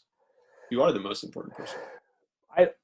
So I don't even think I'm the most important person to me, but again, think about in terms of, things about having value and the reason implying sense. So what does it mean for a person to have value in that sense? Well, if persons are valuable, that means we should pursue them. We should have positive attitudes towards them. We should respect them, whatever that amounts to. And suppose I think that that's true of me, Jason, that I have value. It still seems strange to me to think that I have the most, or that I have more than the rest of the world combined. Does that not sound strange? Well, I mean, I think it depends what you mean by that. I mean, you might think someone is a better human being than I am. Maybe somebody else has been more moral and is more praiseworthy. That could be true. But I think the only reason you have to care about anything is because you yourself are a living being and you have your own values, you have your own life, and that fact is what gives rise to any value you might hold that involves or is somebody else. That's the sort of perspective that I hold following Rand, is that you yourself are the source of your valuing of anybody else. And if it weren't for, go ahead. Sorry, that seems to contradict the point that we seemed to agree on earlier about pleasure being valuable in and of itself. Well, your own pleasure, maybe I should add that.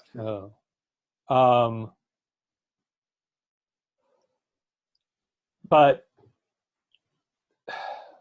even so, my own pleasure is valuable not because I'm alive.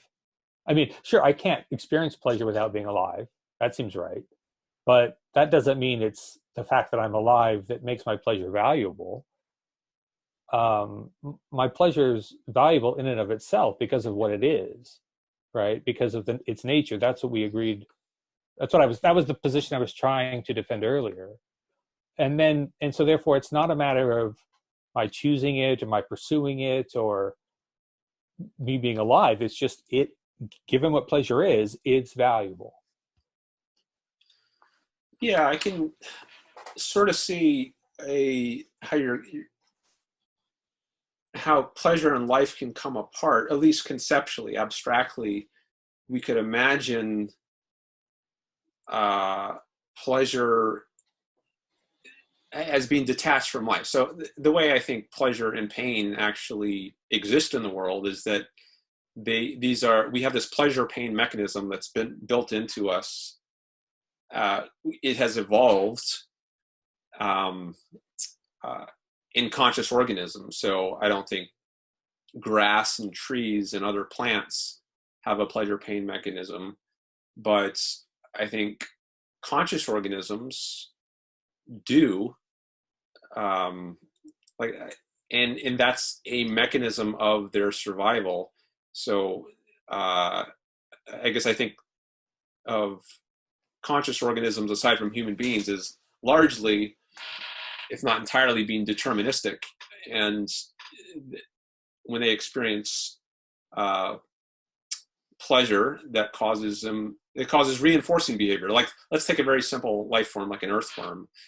I don't know if it experiences pleasure and pain, but maybe it has some very primitive kind of nervous system. And when it, say, it goes into a cool, damp, moist earth, it gives it a sensation of pleasure, and it gives it a incentive to stay there, and just deterministically it wriggles towards such places. But then if you stick it in the sunlight, maybe that it doesn't like that so much. It causes it a sensation of pain, and it causes it to wriggle in a certain way such that it gets out of the sunlight.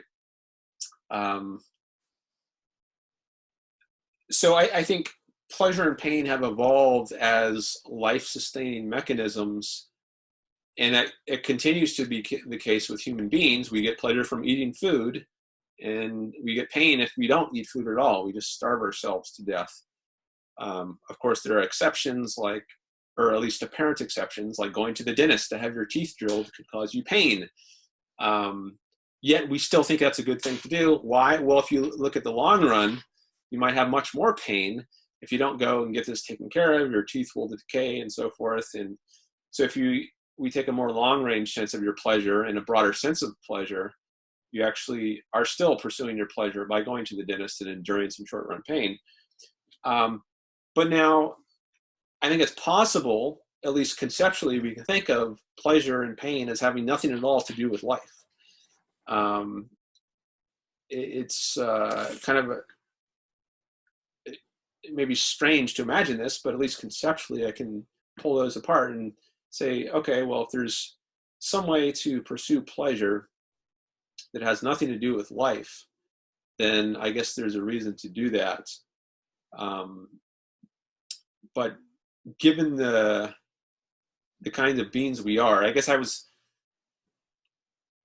when I think of pleasure generally, it's in the context of how it actually exists in the world, which I think is as a kind of motivator to life-affirming behavior. So in that context, pleasure and pain, pleasure and life go together. But it seems like maybe you're trying to raise a case where pleasure and life come apart, and you're saying, well, if they can come apart, then it would make sense in that context to just go after the pleasure, even if it doesn't promote life. Right, and I think there's a decent example, real life example of that, and that concerns end of life care. Right, if a person is facing a few more weeks of intense, excruciating pain because they're suffering from cancer, I think it makes sense for them, it's certainly rational for them to end their life rather than endure the 3 weeks of suffering. Or take a strong narcotic that will, suppose that the narcotic will give them a few days of pleasure, but it'll bring their death closer, right? It'll make them die sooner, maybe because their kidneys will give out, or their liver, something will happen, and it'll make them die. I think that makes sense, right? Mm-hmm. And so in those cases, pursuing pleasure actually contradicts life because it ends life.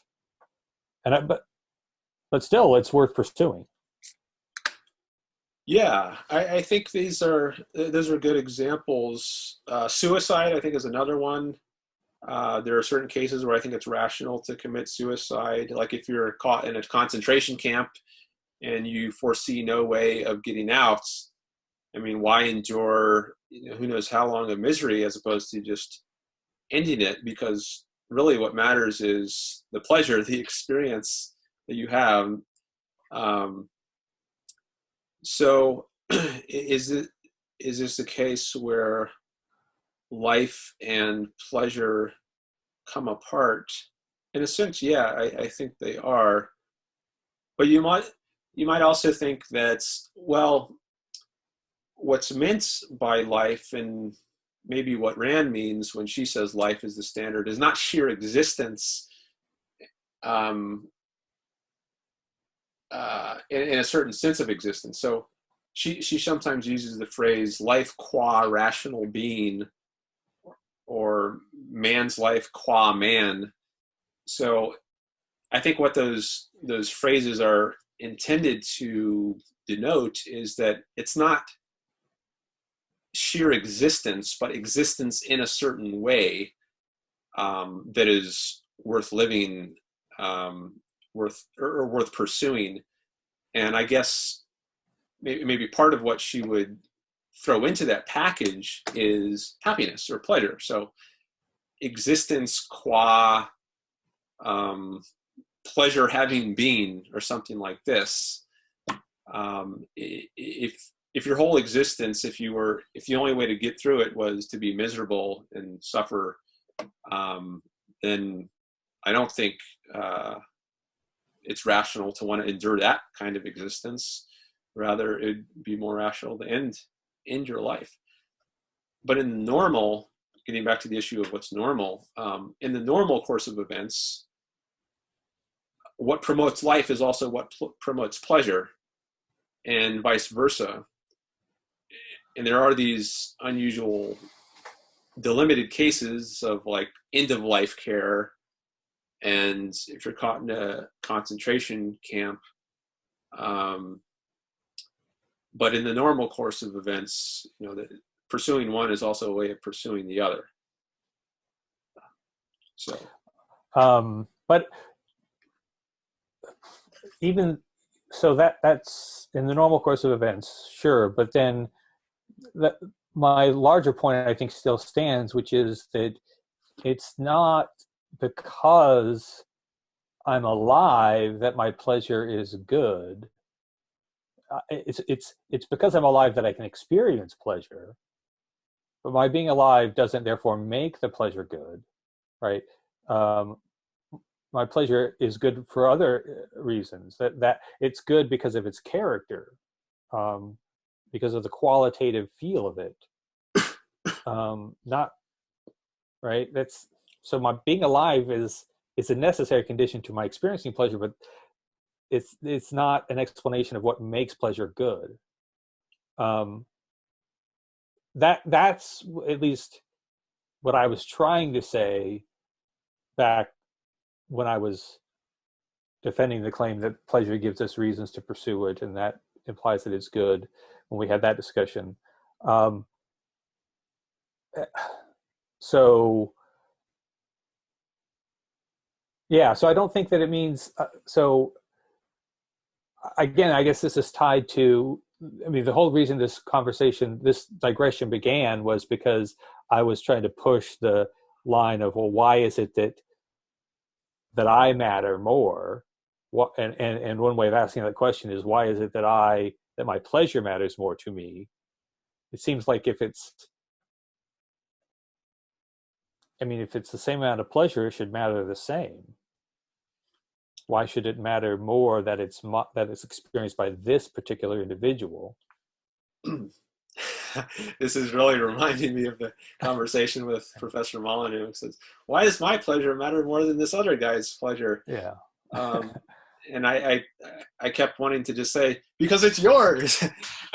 There is no, it matters more to you. I mean, there is no like cosmic or impersonal perspective from which your pleasure matters more, but you are you, and to you, it matters more. At least to me, my pleasure matters more than other people's.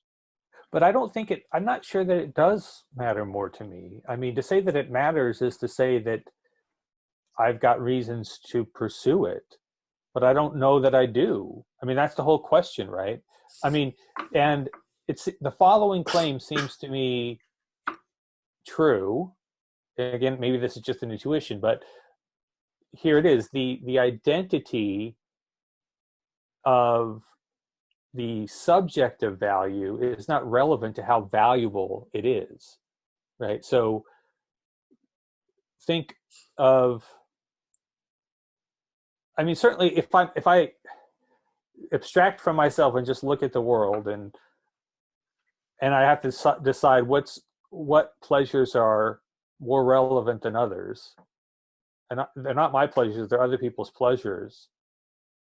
That this is the pleasure of Dan Norton, and that is the pleasure of Joe Biden, doesn't seem relevant. It is the identity of the subject of the pleasure doesn't seem relevant to how important the pleasure is. So if that's the case, if I'm right about that, then why shouldn't I include myself? I mean, maybe I'm wrong about that, but I would at least want to question whether you're right about that. So, I mean, I think I definitely differentiate between the pleasures of other people in the world, like the pleasure of my brother it matters more to me than the pleasure of some random guy in Idaho. I'm much more concerned with how my brother is doing than I am about, just random people. Are you there just making a psychological point about what affects you more, and not a point about what matters? I mean, well, I would also say that it matters more to me, and I think I always relativize it. I always put that to me part on the end. It matters more to me how my brother is doing than how some random person in Idaho is doing. And I don't think it makes sense to talk about what matters apart from an agent. It's always relative to an agent. Rand has this line: values presuppose the answers to the questions to whom and for what. So there are no things that are simply valuable. Everything that's a value is a value for someone and for some goal or purpose. And I think that applies in the case of this concept of mattering. There's nothing that simply matters, full stop. There are things that matter to individuals for some purpose. Yeah, I think I disagree. I think that pleasure matters, full stop. I don't understand. I mean, I'm tempted to raise the possibility of, some sort of Buddhist selflessness, in the sense of there being no self, right? And so, if we ask the question, to whom does it matter? The Buddhist will answer, well, nobody, because there's nobody there, right? So, what one issue that we could I mean, we're getting low on time, but one issue that'd be interesting to talk about is the metaphysical commitments of Rand's philosophy, because it seems to involve commitment to selves, right? And so in a view where there are no selves, it's not clear how that's supposed to work. But in any event, I do think that pleasure just matters. In the sense that it gives any experiencer reasons to pursue it. Now, obviously, we're talking about experiencers, but look, only experiencers can be subjects of pleasure, and only experiencers can have reasons. Rocks can't have reasons, trees can't have reasons, assuming trees don't have experience, which they almost certainly don't. But experiencers can have reasons, because only experiencers can respond to reasons. But that's not relevant to whether or not uh, pleasure is valuable in and of itself. And it seems to me that it is. Pleasure is valuable in and of itself in the sense that it gives any experience or reason to pursue it. Period. Not so it's not it matters to me in the sense that, yeah, I'm going to pursue pleasure, but regardless of whether I pursue it or not, whether I'm in fact going to pursue it, it matters in the sense that I should pursue it. Well, it seems like here in this, in what you're just saying, you're getting on board with the idea that when you talk about an experiencer, that it doesn't matter full stop. It matters to an experiencer, although I'm not sure how that coheres with the point earlier about the Buddhist idea of there being no self, and you're saying that it does matter full stop. I don't mean to give that impression. I definitely think pleasure matters full stop, but what I take that to mean is that it gives all experiencers reason to pursue it. That's not, I don't think that's the same as saying it only matters to experiencers, right? It matters.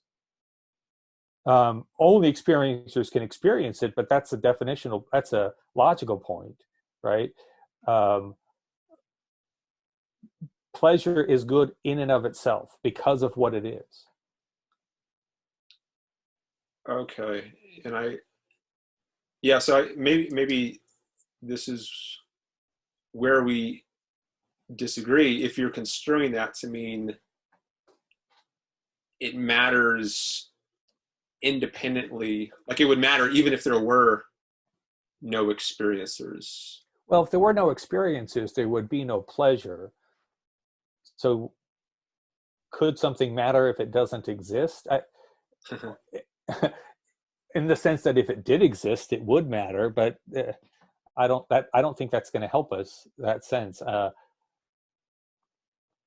It's existing. It's being, so pleasure is being valuable does not depend on its being experienced. Its existence depends on its being experienced. Like, in other words, you can't have pleasure without having without experience. Pleasure is by definition an experience, but that doesn't mean that its value comes from being experienced. It's valuable because of what it is, not because it's experienced.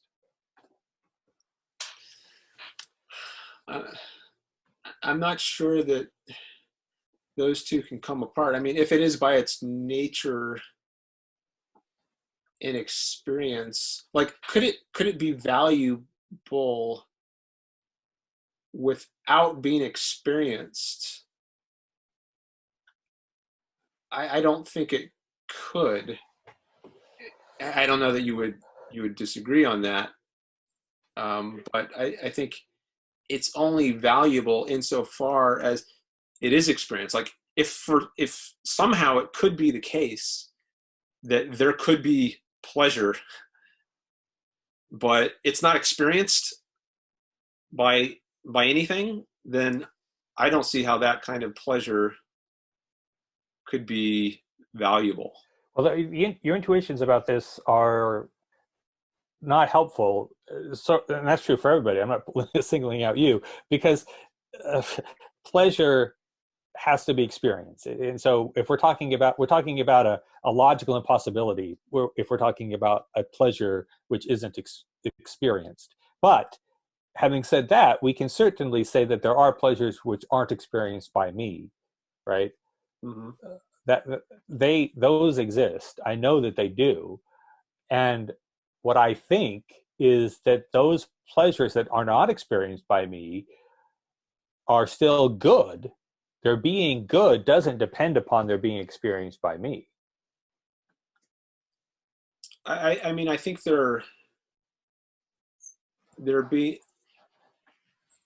they can be good, but then that would be relativized. So, and it could be relativized in a number of ways. I mean, my brother's pleasure could be good for him, So it would be good for me, yeah. indirectly in a different way, but Hmm. wherever, if it's good at all, it's good for someone, maybe more than one person, and maybe in more and less direct ways. So is my pleasurable experience yesterday good for me today? I my off the top of my head answer is yeah, probably is, because it contributes to your um, being where you better off today than you would have been had you not had that pleasure. Like maybe it motivated you a little bit to get up this morning. Yeah, maybe I could experience that pleasure again by doing the same thing, or somehow. Right.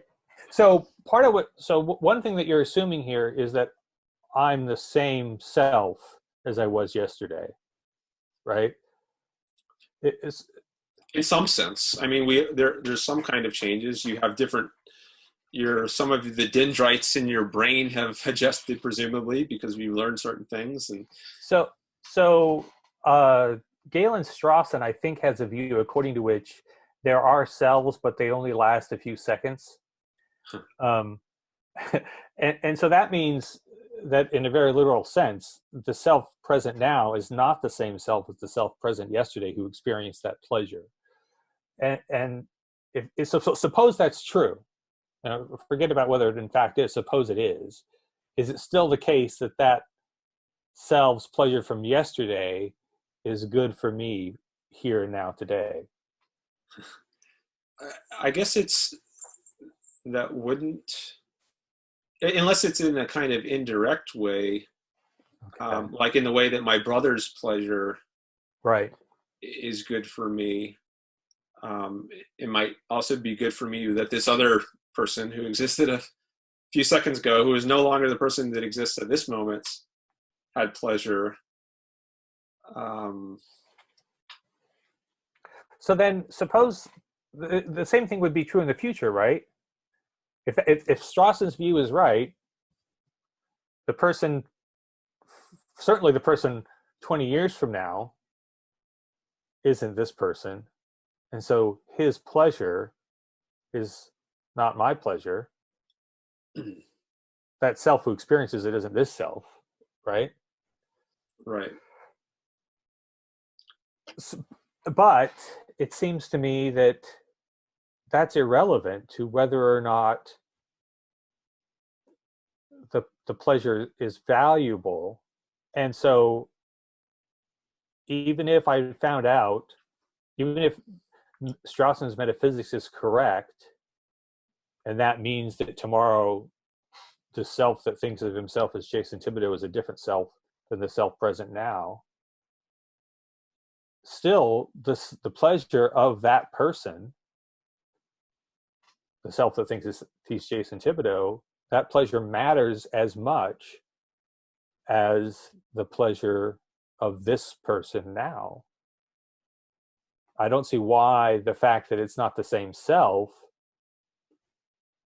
is relevant to how much the pleasure matters.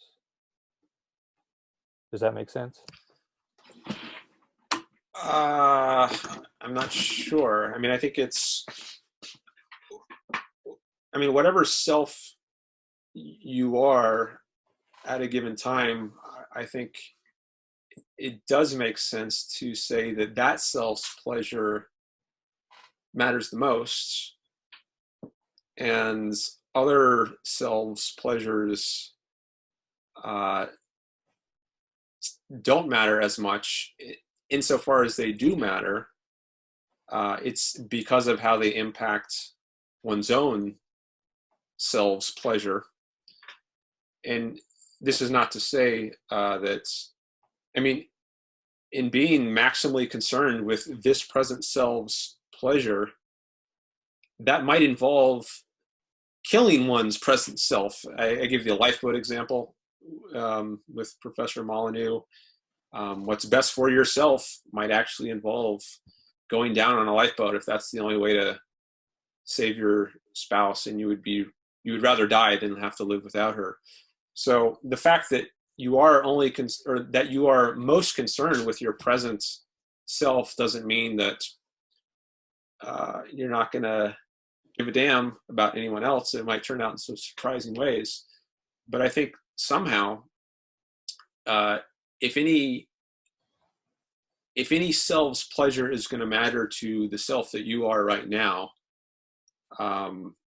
it only makes sense for it to matter because it somehow impacts your present self. So, right. So if the Strawson view is correct, then the pleasure that the person who calls himself Jason Thibodeau experiences tomorrow is only indirectly relevant to me, in the same way that other people that I love, their pleasure might be relevant to me. Yeah. Okay. Yeah, I think it's a little weird, his view. Yeah. Yeah. I'm not saying it. I wasn't trying to defend it. I was just trying to press the point about the way in which, and ultimately, this is a matter of: is it the case that for something to matter, is it to matter to somebody?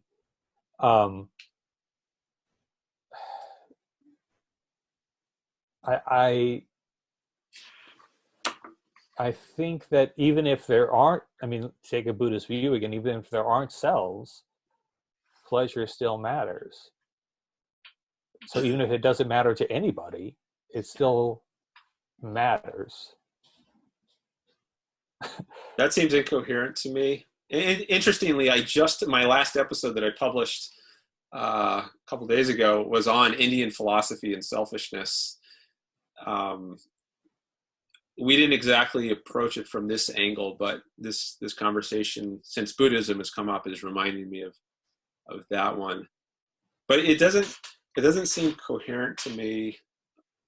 The idea you just said about this pleasure matters even if there's no self to experience it. I forget exactly how you put it, but it didn't sound right to me. So and then there's so consider an alternate view, a Hindu view, according to which there's but one self. Then all pleasure is pleasure of the same self, and then it would all matter the same, right? Or at least to the same person. But there's only one person. Yeah. Right? If there's just this one universal cosmic self, Brahman, I don't know if that's what they call it. Yeah. Or Atman. Atman. Then all pleasures would be pleasures for Atman. And maybe they vary in degree. Maybe Atman has greater pleasure on Thursday than he did on Friday. But they would all be Atman's pleasures. So there would still be an answer to the question, to whom something pleasure. Right, but then it wouldn't be possible to say that your brother's pleasure doesn't matter as much as your pleasure, because it's the same self who's experiencing both. Unless, basically, I think that's right.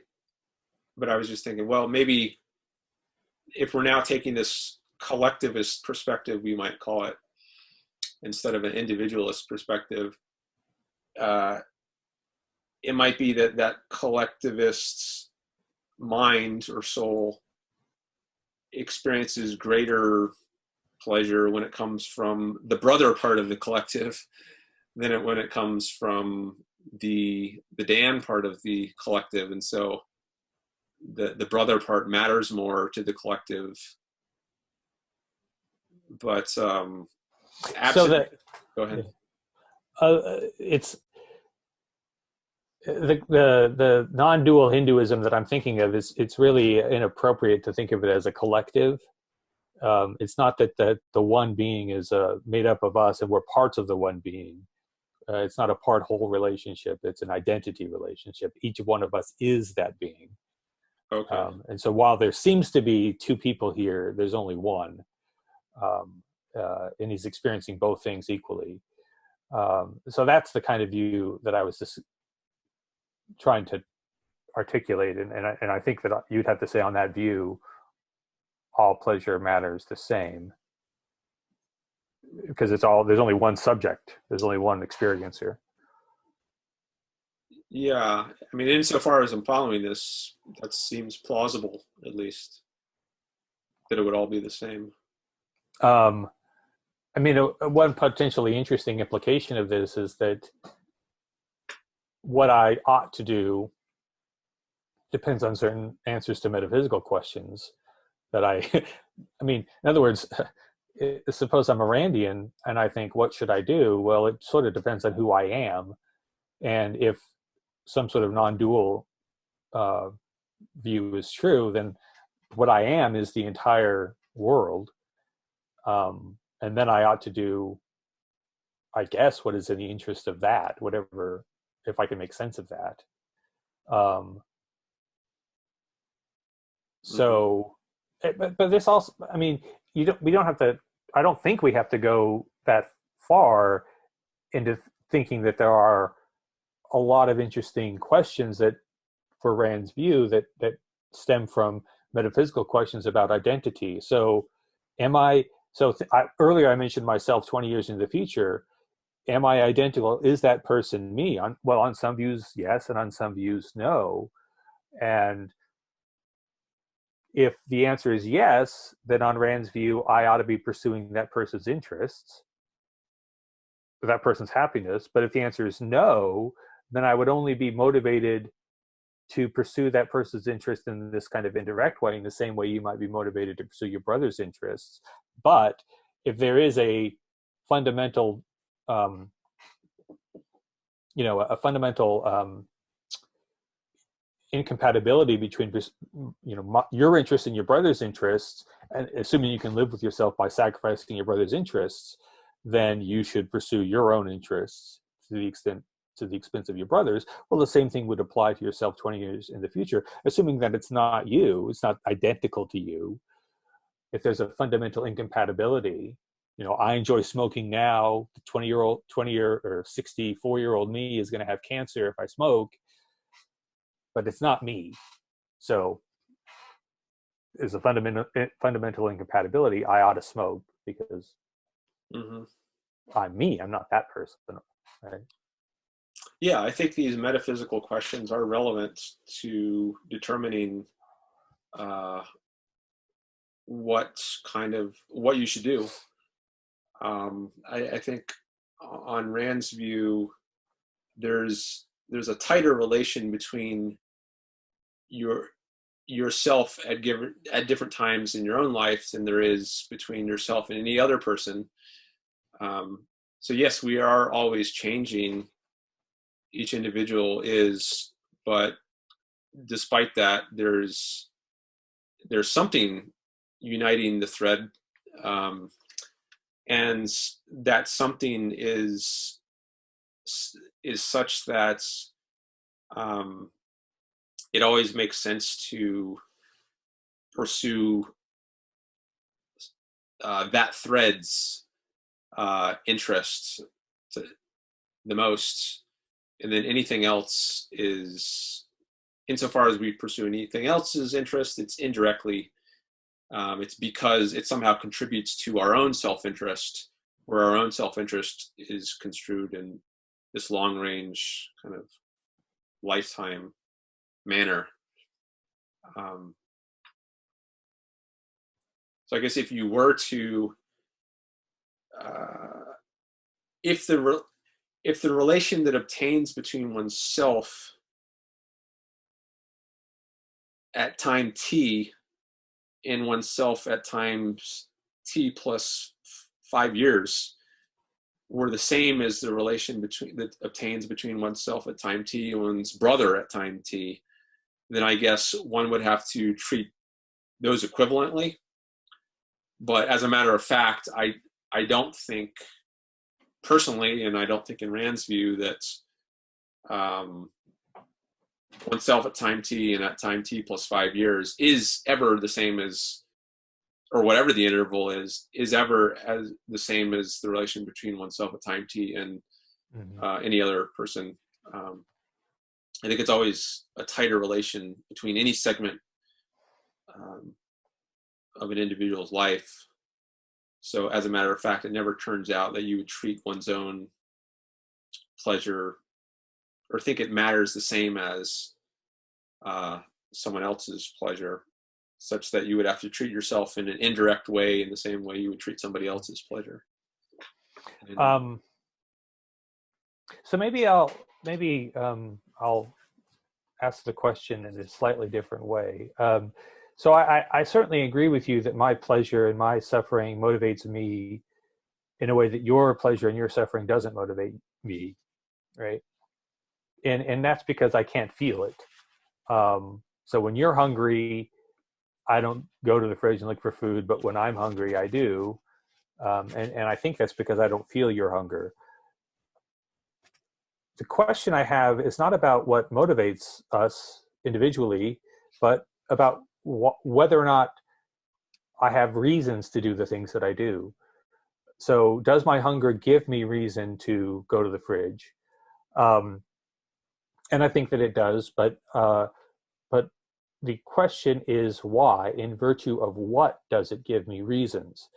And I don't think that it's because it is mine, right? I don't think it is because it is my hunger that gives me reasons. I think that it is because it is hunger that it gives me reasons. Now, I happen to be in a very good position to satisfy my hunger because of, I can walk around, I can go to the fridge, and I know that the hunger exists.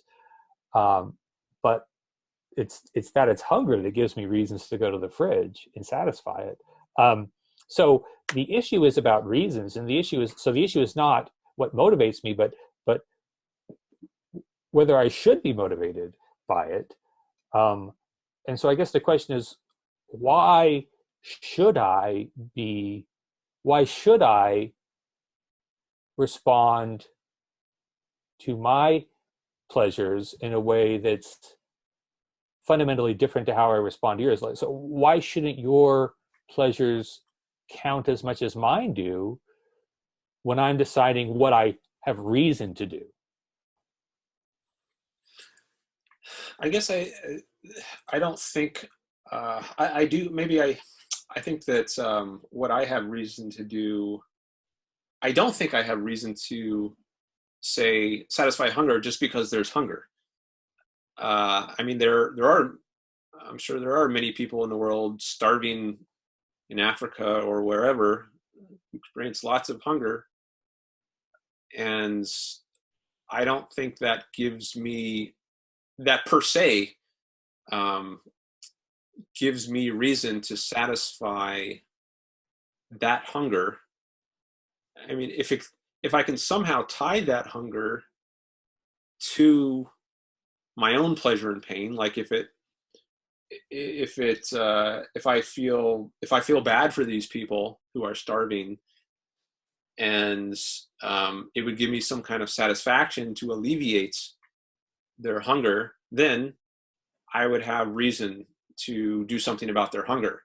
But it's only because it somehow impacts my own affective state that I think I have reason. If I didn't, if I had like let's say I had a brain operation and somehow it were possible to just turn off the emotional mechanism, the entire cognitive or affective aspect, then I don't think I would have any reason to do anything really to satisfy even my own hunger. Well, maybe that would be part of turning it off, that I wouldn't have hunger. If I could somehow turn off or have turned off in me all the valenced, positively or negatively, feelings, if it was somehow possible to just have cognition without any positive or negative valence associated with that, then I don't think I would have reason to do anything. Hmm. Um, so I guess I'm just not convinced, and I'm not sure why it is that it's being mine gives me reason, how that's connected to giving me reasons. And so let me try another thought experiment, and I don't know if this is going to be that much more insightful than anything else I've tried to say to clarify, but um, there are people who self-harm, right? And often in such cases, they believe that they deserve the harm, and that's not always the case. But there are people who harm themselves because they believe that they deserve the harm. Now, suppose you have a similar situation where a person believes that they don't deserve any pleasure, and therefore, when they experience pleasure, while they see that it's, they experience it as pleasure, they think, oh, that's bad. It's bad that I'm experiencing pleasure because I don't deserve it. Is that coherent?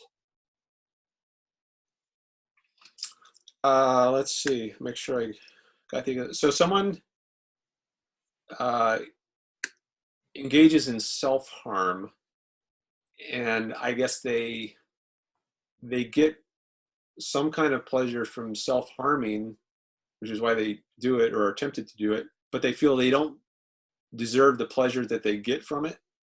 That's not quite right.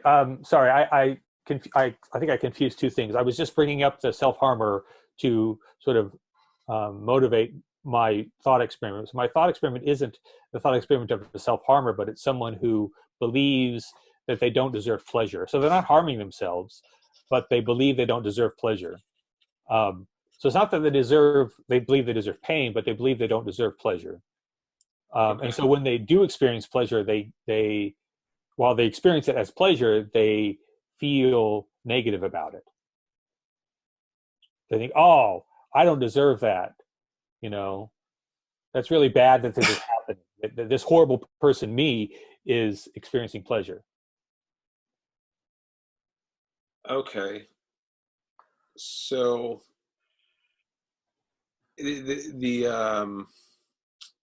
the question is this a coherent scenario? Yeah, that's my initial question. I have other thoughts about it that I want to raise, but I just want to make sure that you agree that because if it's not coherent, then it's not going to help us. So someone believes they don't deserve pleasure, uh,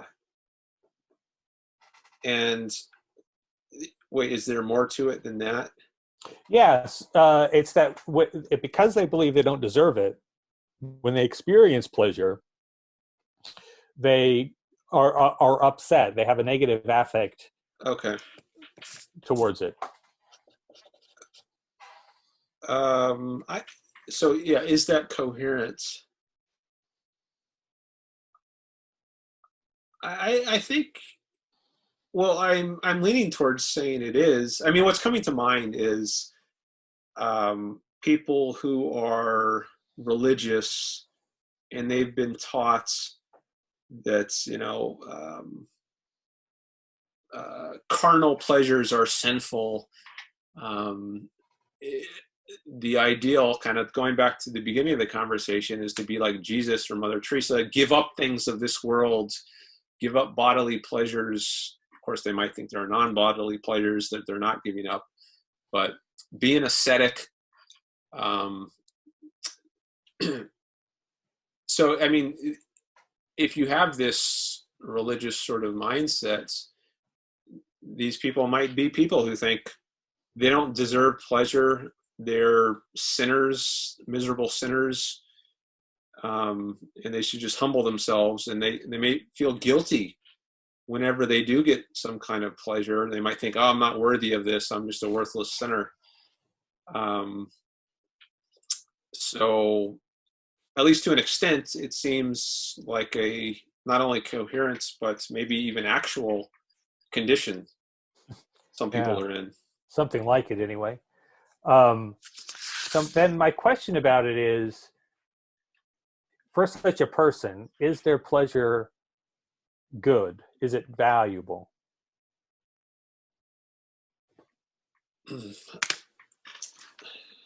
I guess I want to say, at least to some extent, yes, because I think I don't know that you can consistently hold a view that pleasure is not valuable, because as I think I might have said much earlier, pleasure is the source, the foundation of our notion of value. That's where our concept or idea of value comes from. And if you didn't have any pleasure of any sort, the notion of good would be empty and meaningless. So I don't know that it didn't seem to me that you could consistently say that pleasure is not a good. So I think maybe these people would be in some kind of contradiction, uh, suffering from some sort of inconsistency if they thought their pleasure was bad. I don't know that they could feel that totally or purely all the way down. So, right. But they would be going through life trying to avoid pleasure and doing what they can to minimize their experience of pleasure. And so, in that sense, it's important to them, it matters to them that they don't experience pleasure. And yet, we want to say that despite that fact, pleasure is still good for them. Right? Well, just one thought. They can't totally be avoiding pleasure, I think. I mean, given the facts as they are, and still live, they might have to eat, which would probably give them some pleasure. They would have to. Um, Also, they could just, if they really want to avoid pleasure, they could just kill themselves and then. Well, suppose what they think is that what they deserve is to live a life without pleasure. And it really annoys them that when they eat, they get a sense of satisfaction. They try to eat very bland food or even food that they don't like so that they don't experience any taste pleasure. They experience the pleasure that comes with being full, and they really dislike that. They wish they were wired up differently so that they didn't experience that. Um, so and they experience the pleasure of waking up on a sunny day, and they really don't like that either. It's a similar thing. Yeah, I mean, it's very hard for them to completely avoid it, but the point is every time they experience it, they think, I don't deserve this. I don't want it. I wish it would go away, because what I deserve is to experience a very long life without any pleasure at all. So the question is, would it be good for such a person to avoid pleasure? Would their pleasure still be good, despite their belief that they don't deserve it and they're trying to avoid it? Would it still be good that they experience pleasure?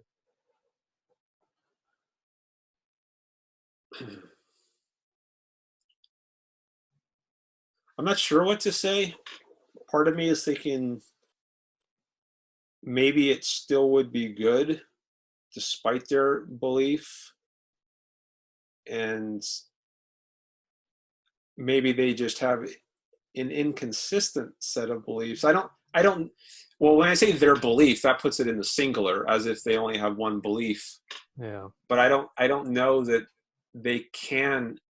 that anyone can really have that as their only belief with regard to pleasure. I think it might be impossible to not have at all on any level, maybe only a subconscious level, the view that pleasure is good, because of what I said about before, that uh, the entire notion of what is good depends on pleasure. So for that term, this is good at all, to have any meaning, one somehow has to grasp that pleasure is good. I mean, if pleasure is not good, then nothing is good. um, so I doubt someone could just have that one belief that pleasure is bad. Maybe consciously that's their only belief, but if we're talking about including even subconscious beliefs that might influence the way they actually act, um, I'm not sure they could have that as their only belief. Well, I don't think they have to believe that pleasure is bad. What they have to believe is that it is bad for them to experience pleasure. Yeah, that I'm not convinced they could have that as their only belief and not have any belief that clashes with that. I'm doubting they could hold that view consistently with all their other beliefs, including subconscious beliefs. Hmm. Right, but they think they've done horrible things and don't deserve any pleasure, and so specifically what they think is I'm a person who doesn't deserve pleasure, therefore it would be bad for me to experience pleasure. On Um, some level, I can see someone thinking that, but I'm doubtful someone could. I mean, they could utter those words, but if we really dug into their psyche, would we find that there's no shred of a contrary belief, if only an unconscious one? I'm doubtful. okay. So my reason for raising that as a potential example is that if we think that their pleasure is good for them despite the fact that they don't want it, it seems like what we're saying is that it's good even though it doesn't matter to them. Um, and that would be that would contradict your claim that something is only good if it matters to the person, right, who's experiencing it. Uh, I'm not sure I totally follow that, but I think I would want to say it's. I'm doubtful that pleasure could not matter to anyone. I mean, they might have beliefs that I don't doubt that they do have beliefs that are in conflict with that, but I don't think anyone fully consistently believes their pleasure doesn't matter to them, which might address the sort of contradiction you were trying to point out. Maybe I should just ask you to say that again because I'm not sure. So yeah, what I was trying to say is that if they don't want their pleasure, indeed they want to not have pleasure, there's a sense in which their pleasure doesn't matter to them. In fact, it matters to them that they not experience pleasure. Yeah, I guess my view, I don't know if this is relevant to your point, but is they can't really be in that position consistently. It's impossible to just not want pleasure or think that one's own pleasure doesn't matter, full stop.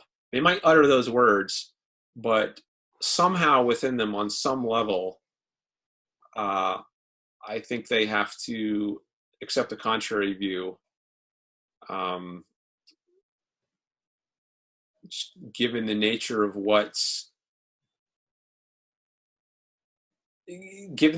this concept of the good or of what matters. I think that concept of what matters, that also depends ultimately on this idea of pleasure, one's own pleasure. So it's incoherent to think my pleasure doesn't matter at all. That's like contradicting the notion of what mattering means. Well, but suppose they say, suppose they have people that they love and they want them to experience pleasure. They just don't want to experience it themselves. And so in that sense, they recognize pleasure is good. And I mean, indeed, the fact that pleasure is good is precisely why they don't want to experience it, right? Because they don't think they deserve it. But when other people experience it, they say, yes, you deserve pleasure.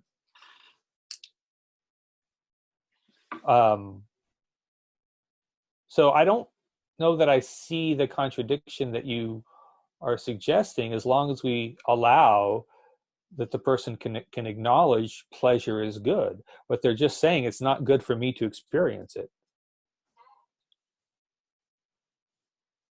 And it might have been good for me before I did those horrible things, but now I've done these horrible things, and so I no longer deserve it. Well, I mean I think that could be True, like if you've committed a murder. Well, suppose the horrible things that they've done is that they ate a piece of pork on Sunday. I mean, in other words, suppose they did something that isn't actually horrible, but they believe it is. Right. So now they feel they don't deserve pleasure because of this transgression.